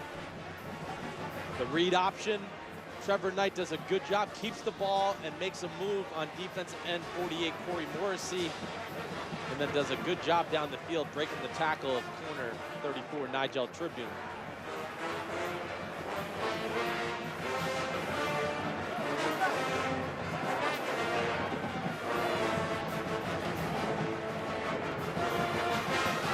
But I gotta say, can't say I'm overly surprised with the way this game has played out.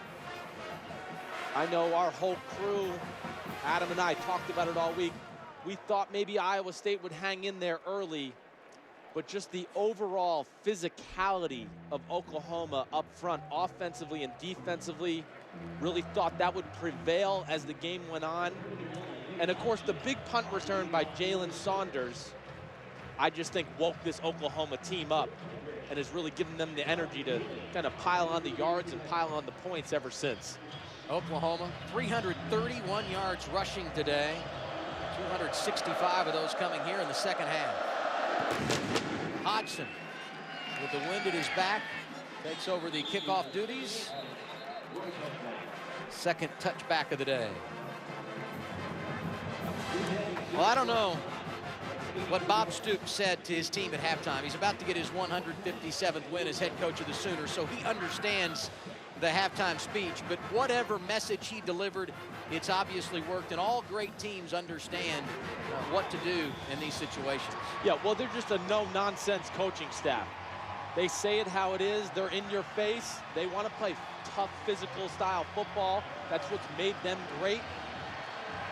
And the Stoops brothers, coach, defensive coordinator Mike Stoops and Bob, have just changed their team here in the second half as far as the game plan and how they approach this game. Down 34-10, Rojas comes out throwing. Tad Ekby with his first catch of the day. Out to the 29-yard line. There's a reason Bob Stoops has won so many games. I know he won 2 against me, and I was always just very impressed with second half adjustments in the games that I played in. Always did a good thing of taking away whatever the strength was for my Texas Longhorn team in the first half. The Oklahoma defense always did a good job of taking that away once the second half came around. Nice cutback run there by Devondrick Neely. Got the first down. 38-yard line. And I think the cool thing about Coach Stoops is he could care less that he's in the Tiberi Switzer today. Oh, yeah. It's all football. It's all business. Well, it's got to be. If you get caught up in that in the middle of a season, you're not going to be where he is on the all-time wins list. Sam Richardson carried it there. He's back in the ball game for Rojas. Picked up a couple.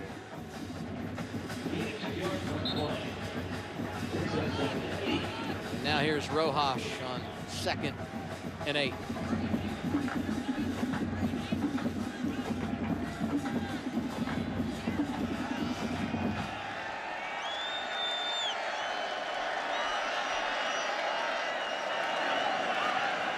Play action with Limberly. Into the wind, too high.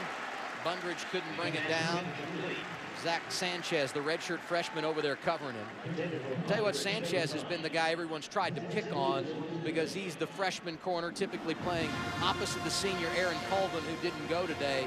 He's answered the bell and really improved as the season's gone on. He really has. He'd be the top corner for a lot of teams in college football.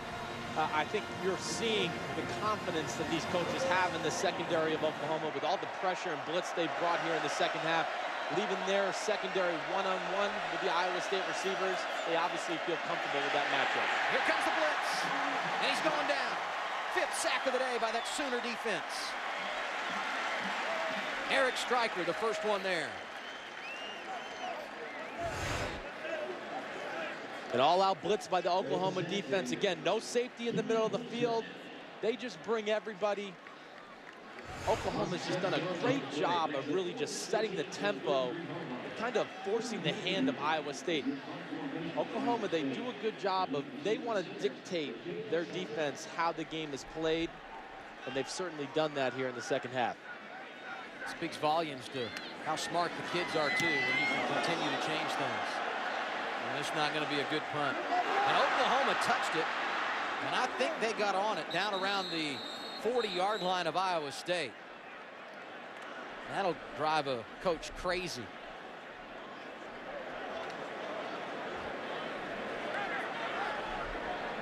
The Sooners will keep the ball. Near miss there. Oklahoma on top, 34-10. They've been unbelievable in the second half. It was all knotted at 10 at the break.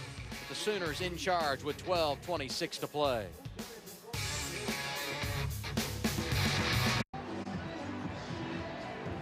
(34-10) Oklahoma leading Iowa State with 12:26 to play in the fourth quarter. All-out blitz by Oklahoma. We've seen it a few times in the second half.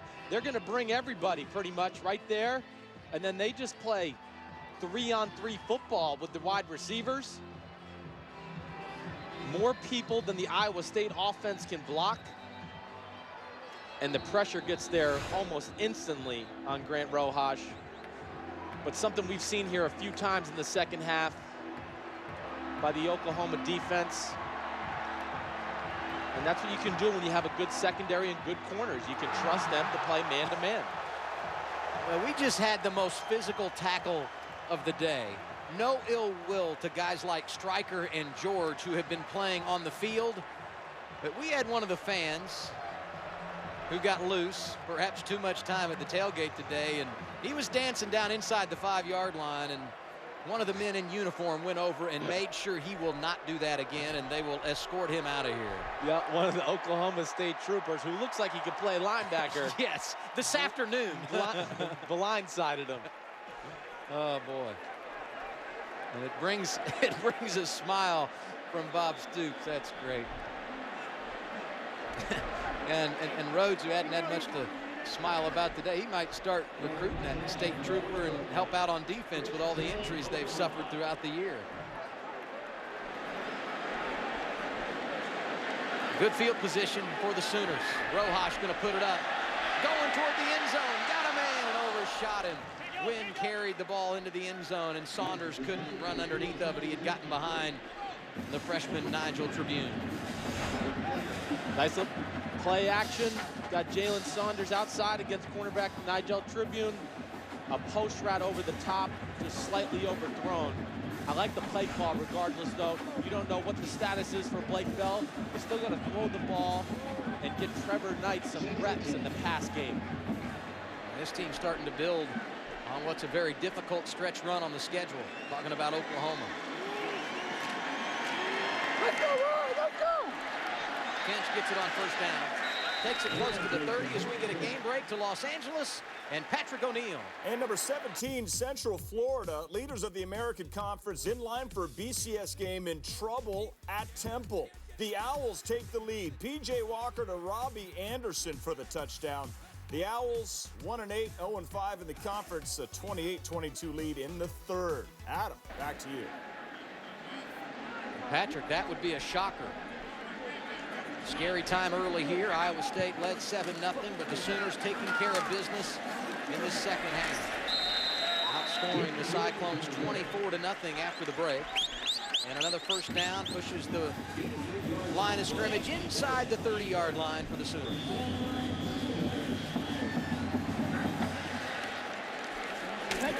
Damian Williams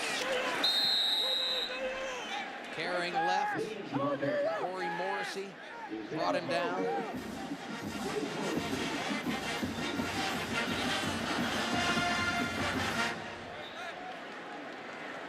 The end of the play.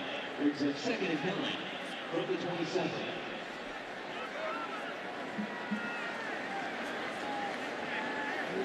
Ripkowski, the big tight end, set on the near side. They run the opposite way with play.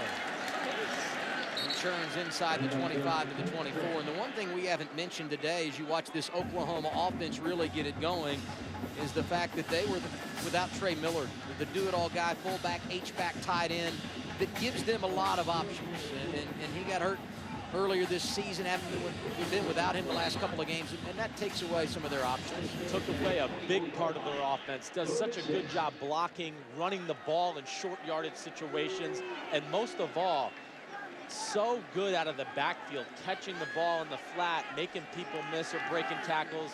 they really lost a pretty dynamic part of their offense when he got hurt. Knight to throw. Complete. Inside the 20, but short of the first down.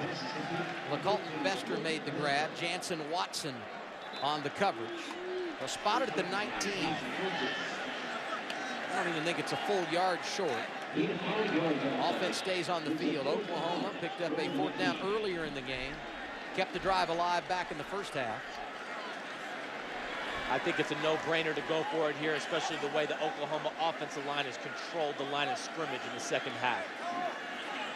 Ripkowski got a heavier load with Millard out. Leading Williams through the line. Williams breaking left. Second touchdown of the day. Damian Williams.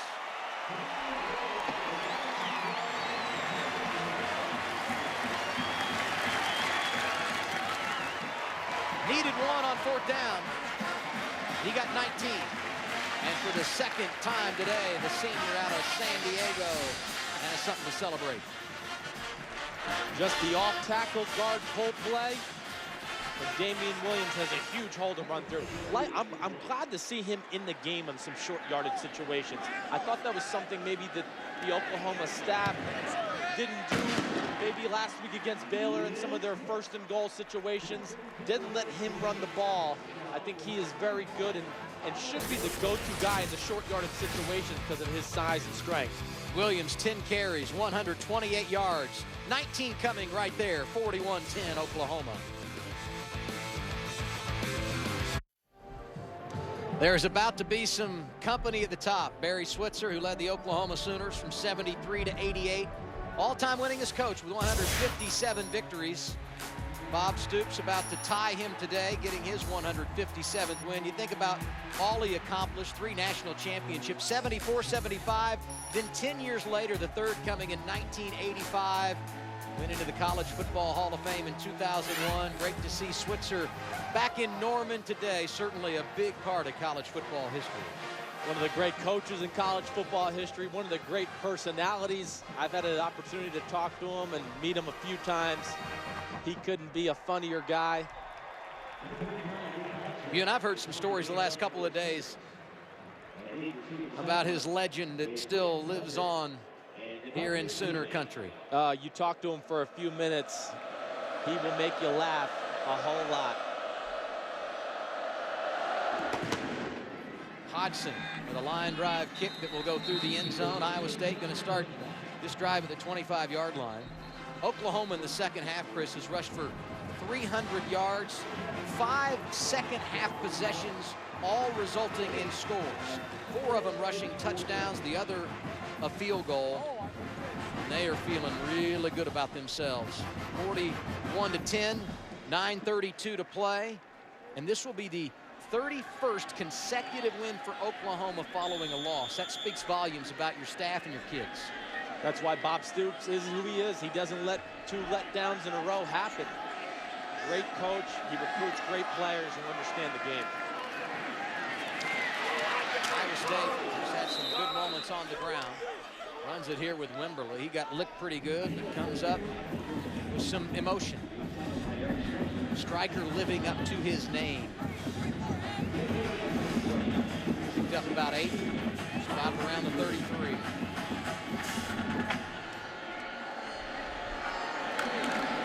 Under 10 minutes. A short yardage specialist getting an opportunity. Jeff Woody, the 5th-year senior out of Pleasant Hill, Iowa. Woody, a great story. I mean, he scored 5 touchdowns. He doesn't carry it much. Already graduated, working on his graduate degree. Got married this summer. Neat kid, embodies what college football is all about. He's had some good moments in his career at Iowa State and on to 3 bowl games.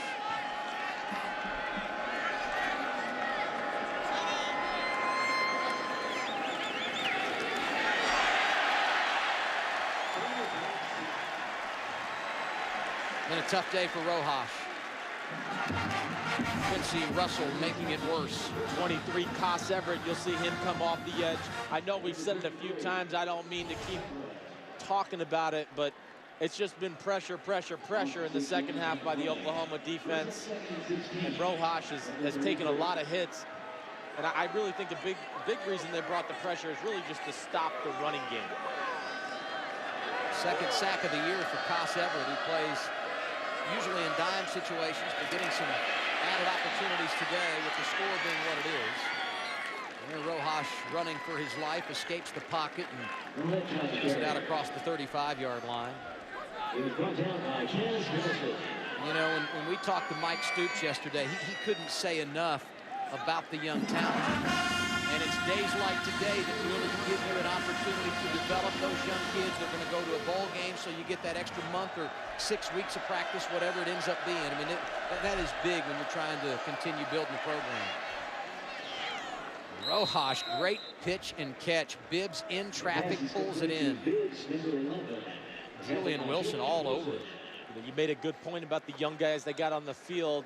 The other thing I look at, it's really just more of a credit again to the Oklahoma coaching staff. They've had some big injuries with some key leaders on their defense.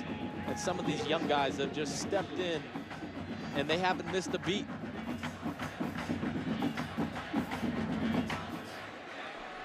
Vanderkamp to punt it away. He's been a busy man in the second half. Left foots this one from his own 35. Saunders lets it bounce and roll, and Oklahoma going to start their next offensive drive at their own 10. Bob Stoops now just minutes away from tying Barry Switzer as the all-time wins leader here in Sooner Country. 6:42 remaining here at Oklahoma Memorial Stadium. It's been all Sooners. 31 points in this second half, and they absolutely have gotten after it in the big play category. Late first half, trailing 10-3. Jalen Saunders, second career punt return for touchdown here at Oklahoma, went 91 yards. Damian Williams, second play of the second half. He goes over 65. Clay joined the party. One possession later, and for good measure, Trevor Knight, who's in for the injured Blake Bell, from 56 yards, his first rushing touchdown of the season. Sooners at 300 yards rushing in this second half, 366 for the day. And new quarterback Kendall Thompson, the redshirt sophomore, is in. And he keeps running right. First down for him as he goes across the 20. You know, Thompson, an interesting story. Some say Oklahoma down to the third quarterback now, but the bottom line is he was in the conversation to be the starter. Got hurt, really never able to compete, injured his foot, took him out of, I think he missed like 45 practices or something over the course of the season, but it's good to see him getting an opportunity, and I know he's going to try and take full advantage of it. He's a really good athlete. Watched him play, practice on Thursday. Got a nice arm, throws a nice ball, and he's a lefty like myself, so I'm a little partial to him. We get to see him use it here. Incomplete. That result, not quite as impressive as what we're accustomed to seeing off of your left hand. He can spin it. I got to give these lefties a little love. There's just so few of us out there at the quarterback position.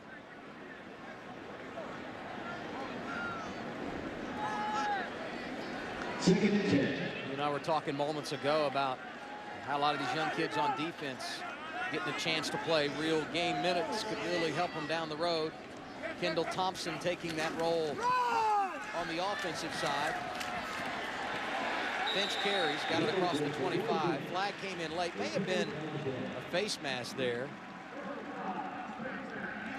Number 93, 15-yard penalty, first down.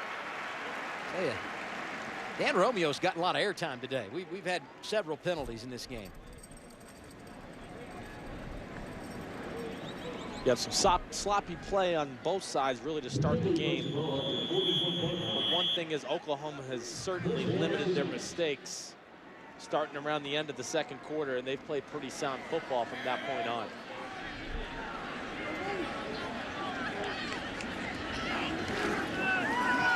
Yard line for Thompson. He's throwing, he's got a man, and it is caught inside the 20 and down to the 15-yard line. LaColton Bester on the receiving end of a big one. Looked like a busted coverage by Iowa State. Safety Jaquez Washington just a little late to get over there. Not really sure who was at fault, but a nice job by Kendall Thompson finding the receiver down the field and making a nice throw.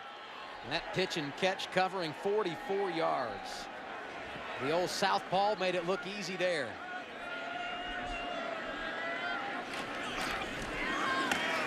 Thompson keeps it. Inside the 10, broke the tackle and got it down around the 5-yard line. You know, I look at a game like this, I think sometimes people at home think, you know, why is OU throwing the ball? Why are they running up the score? And I think it plays into a lot of what you said before, Adam. It's young guys. These coaches want to get them some reps in the offense and play some real game situations. So fans at home, don't look at it like they're trying to run the score. They're just trying to run their offense and get some of these younger guys some repetitions in the Oklahoma offense. 2nd and 1. End zone, incomplete. Too long for Bester. And the bottom line is, too much respect for these two coaches to have something happen like that. Paul Rhodes understands the situation, and Bob Stoops has a great deal of respect for the man on the other sideline today.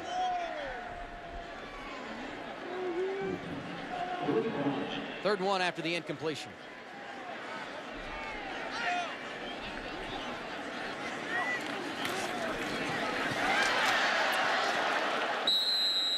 First and goal. Bench took it inside the 5-yard line. They will spot it at the 4. Now they move it up to the 3. Clock rolling as we close on 4 minutes to play here in Norman, Oklahoma. Sooners on top 41-10. Might add some more here.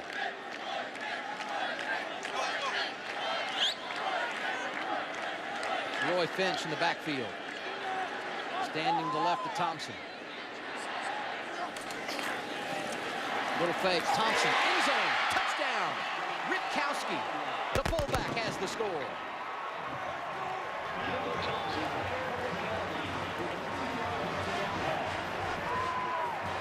Great moment for him, Aaron Ripkowski. A walk-on that earned a scholarship, blue-collar guy that doesn't get many opportunities to shine, but the bottom line is he's a huge part of their success on the ground. Fun to see a kid like that in the end zone. It really is. Good to see for him. So much guys like that play the tight end, fullback position, do so much of the dirty work for an offense. Don't really get any of the headlines. Nice to see him get in the end zone. Honeycutt going to have to get in the tub tomorrow. The kicker's been busy. 48-10. Oklahoma leading big time. Ripkowski, the most recent Sooner to find his way into the end zone.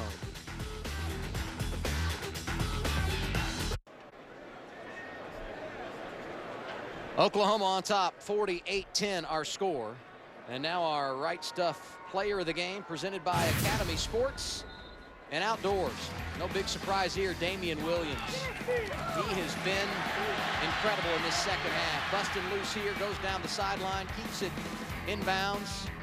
Actually, that was in the first half when he stepped out. Early in the second half is when he got loose and went the distance. This one covering more than 60 yards. He's gone over 100 yards today. 2 scores.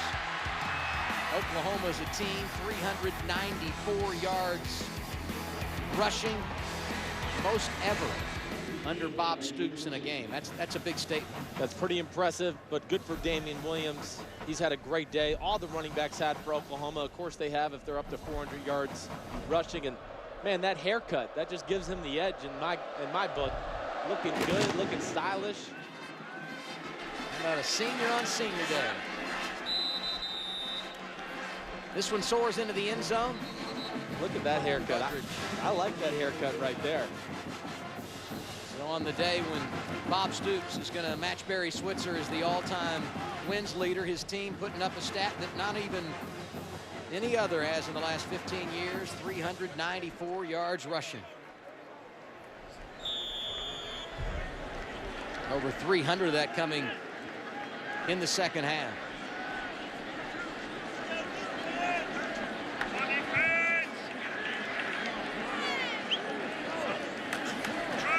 .356 to play. Neely gets the carry on first down.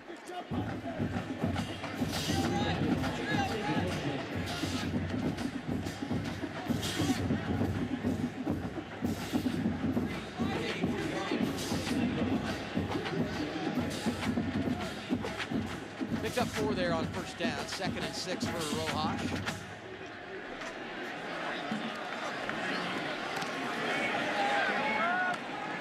Caught by Bundridge. Go to Austin. Made a nice tackle. Bundridge had gotten away there. He'd be running a long way.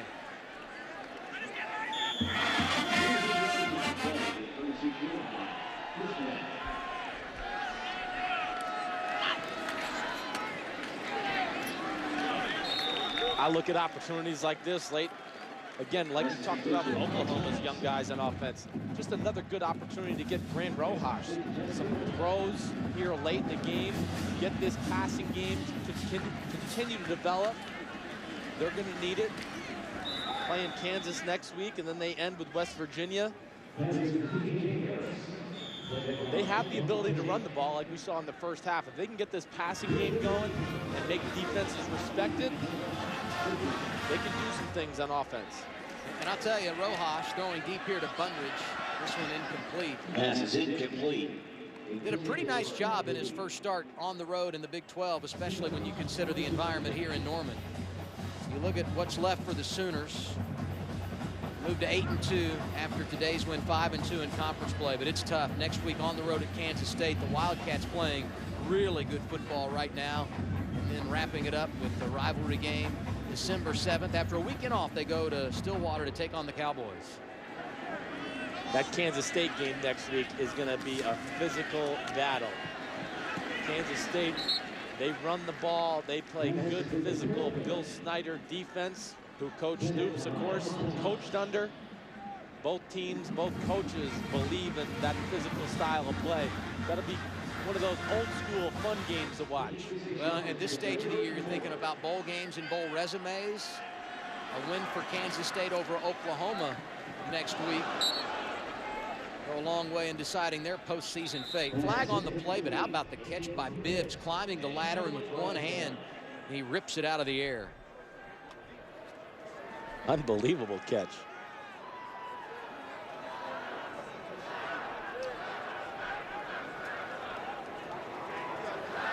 Offside. Defense, number 90. 5-yard penalty. Results in a first down. Matt Diamond, the guilty party, but watch the grab by Bibbs. Man. It's a major leaguer there. Major leaguer, showing Adam Alexander type athletic ability. Absolutely.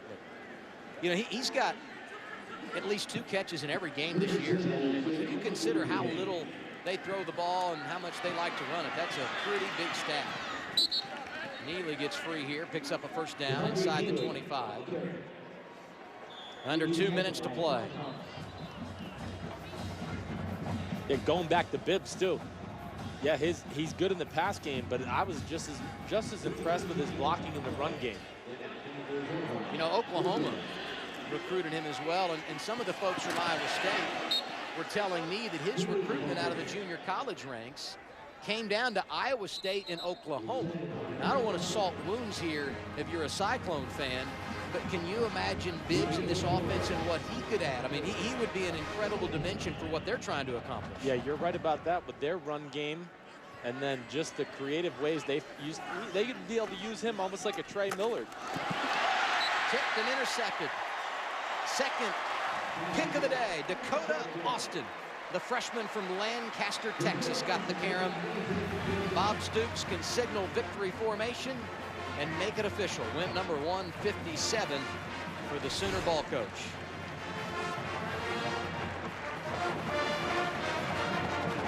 Well, Bibbs made a great catch a second ago, but I think he was looking upfield a little quicker than he should have there. Took his eye off the ball. And you got the old Sims-Alexander jinx.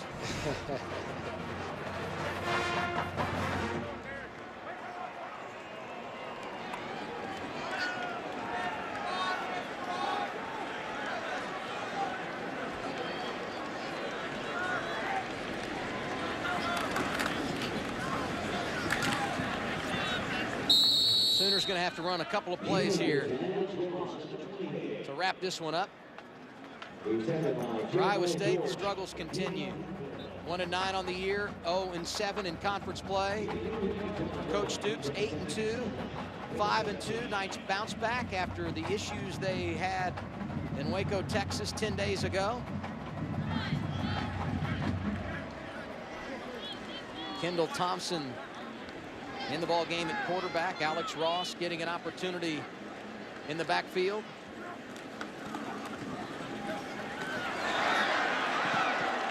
Rush yards continue to mount. And that will likely be the final play of the game. Clock will stop to set the chains. Once they roll it, Oklahoma can head to the locker room.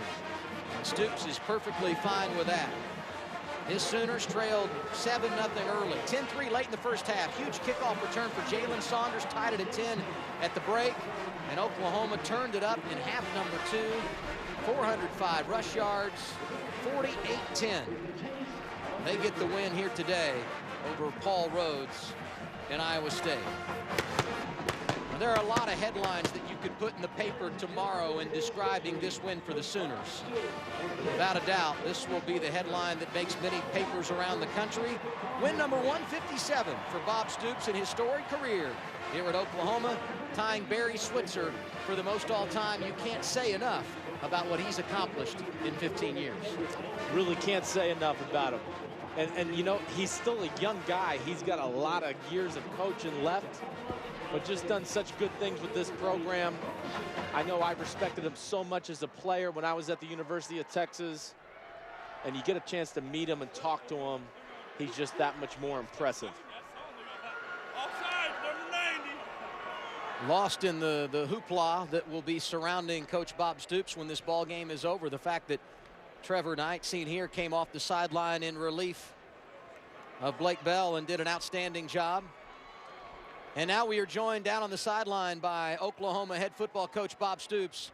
Coach, first off, congratulations, 10-10 at halftime, but you guys really were outstanding in half number 2. Yeah, we played a lot better in the second half, just execution. Defensive, our execution was much better, and then offensively we got, you know, the run game going, and same thing, just executed better. I know you told us yesterday that you don't think a lot about the records, but today, number 157, you tie Barry Switzer, most wins all time in Oklahoma history. Put in perspective what it means to have an accomplished like that and have your name on a list with a man like Barry Switzer, who had so much success here in Norman. Well, first I'd say this isn't at all about me. I've had great young men to coach, assistant coaches, a great administration all 15 years, and our president and athletic director. So there's been a big group of people that have been responsible for this. Coach Switzer is the best. He's a great friend of all of us here at OU, great friend to me. His legacy will never change. He's awfully special and one of the best that's ever been in college football. Coach, you mentioned how outstanding the running game was in the second half. Trevor Knight had to come in the first half of play to relieve Blake Bell. Talk about what he brought to the table and how he was able to execute the offense and get you guys out front. Yeah, Trevor was outstanding. You know, you get to see his quickness and speed and burst, and he showed it again today. So he made a lot of good reads, managed everything really well, and gave us a big spark. He really did. Coach, appreciate you stopping by. Congratulations on all the success, and best of luck next week when you go on the road to Kansas State. Okay, thank you very much. Bob Stoops, as always, showing humility despite the fact that he is a record setter at Oklahoma. The Sooners a big winner today, 48-10 over Iowa State.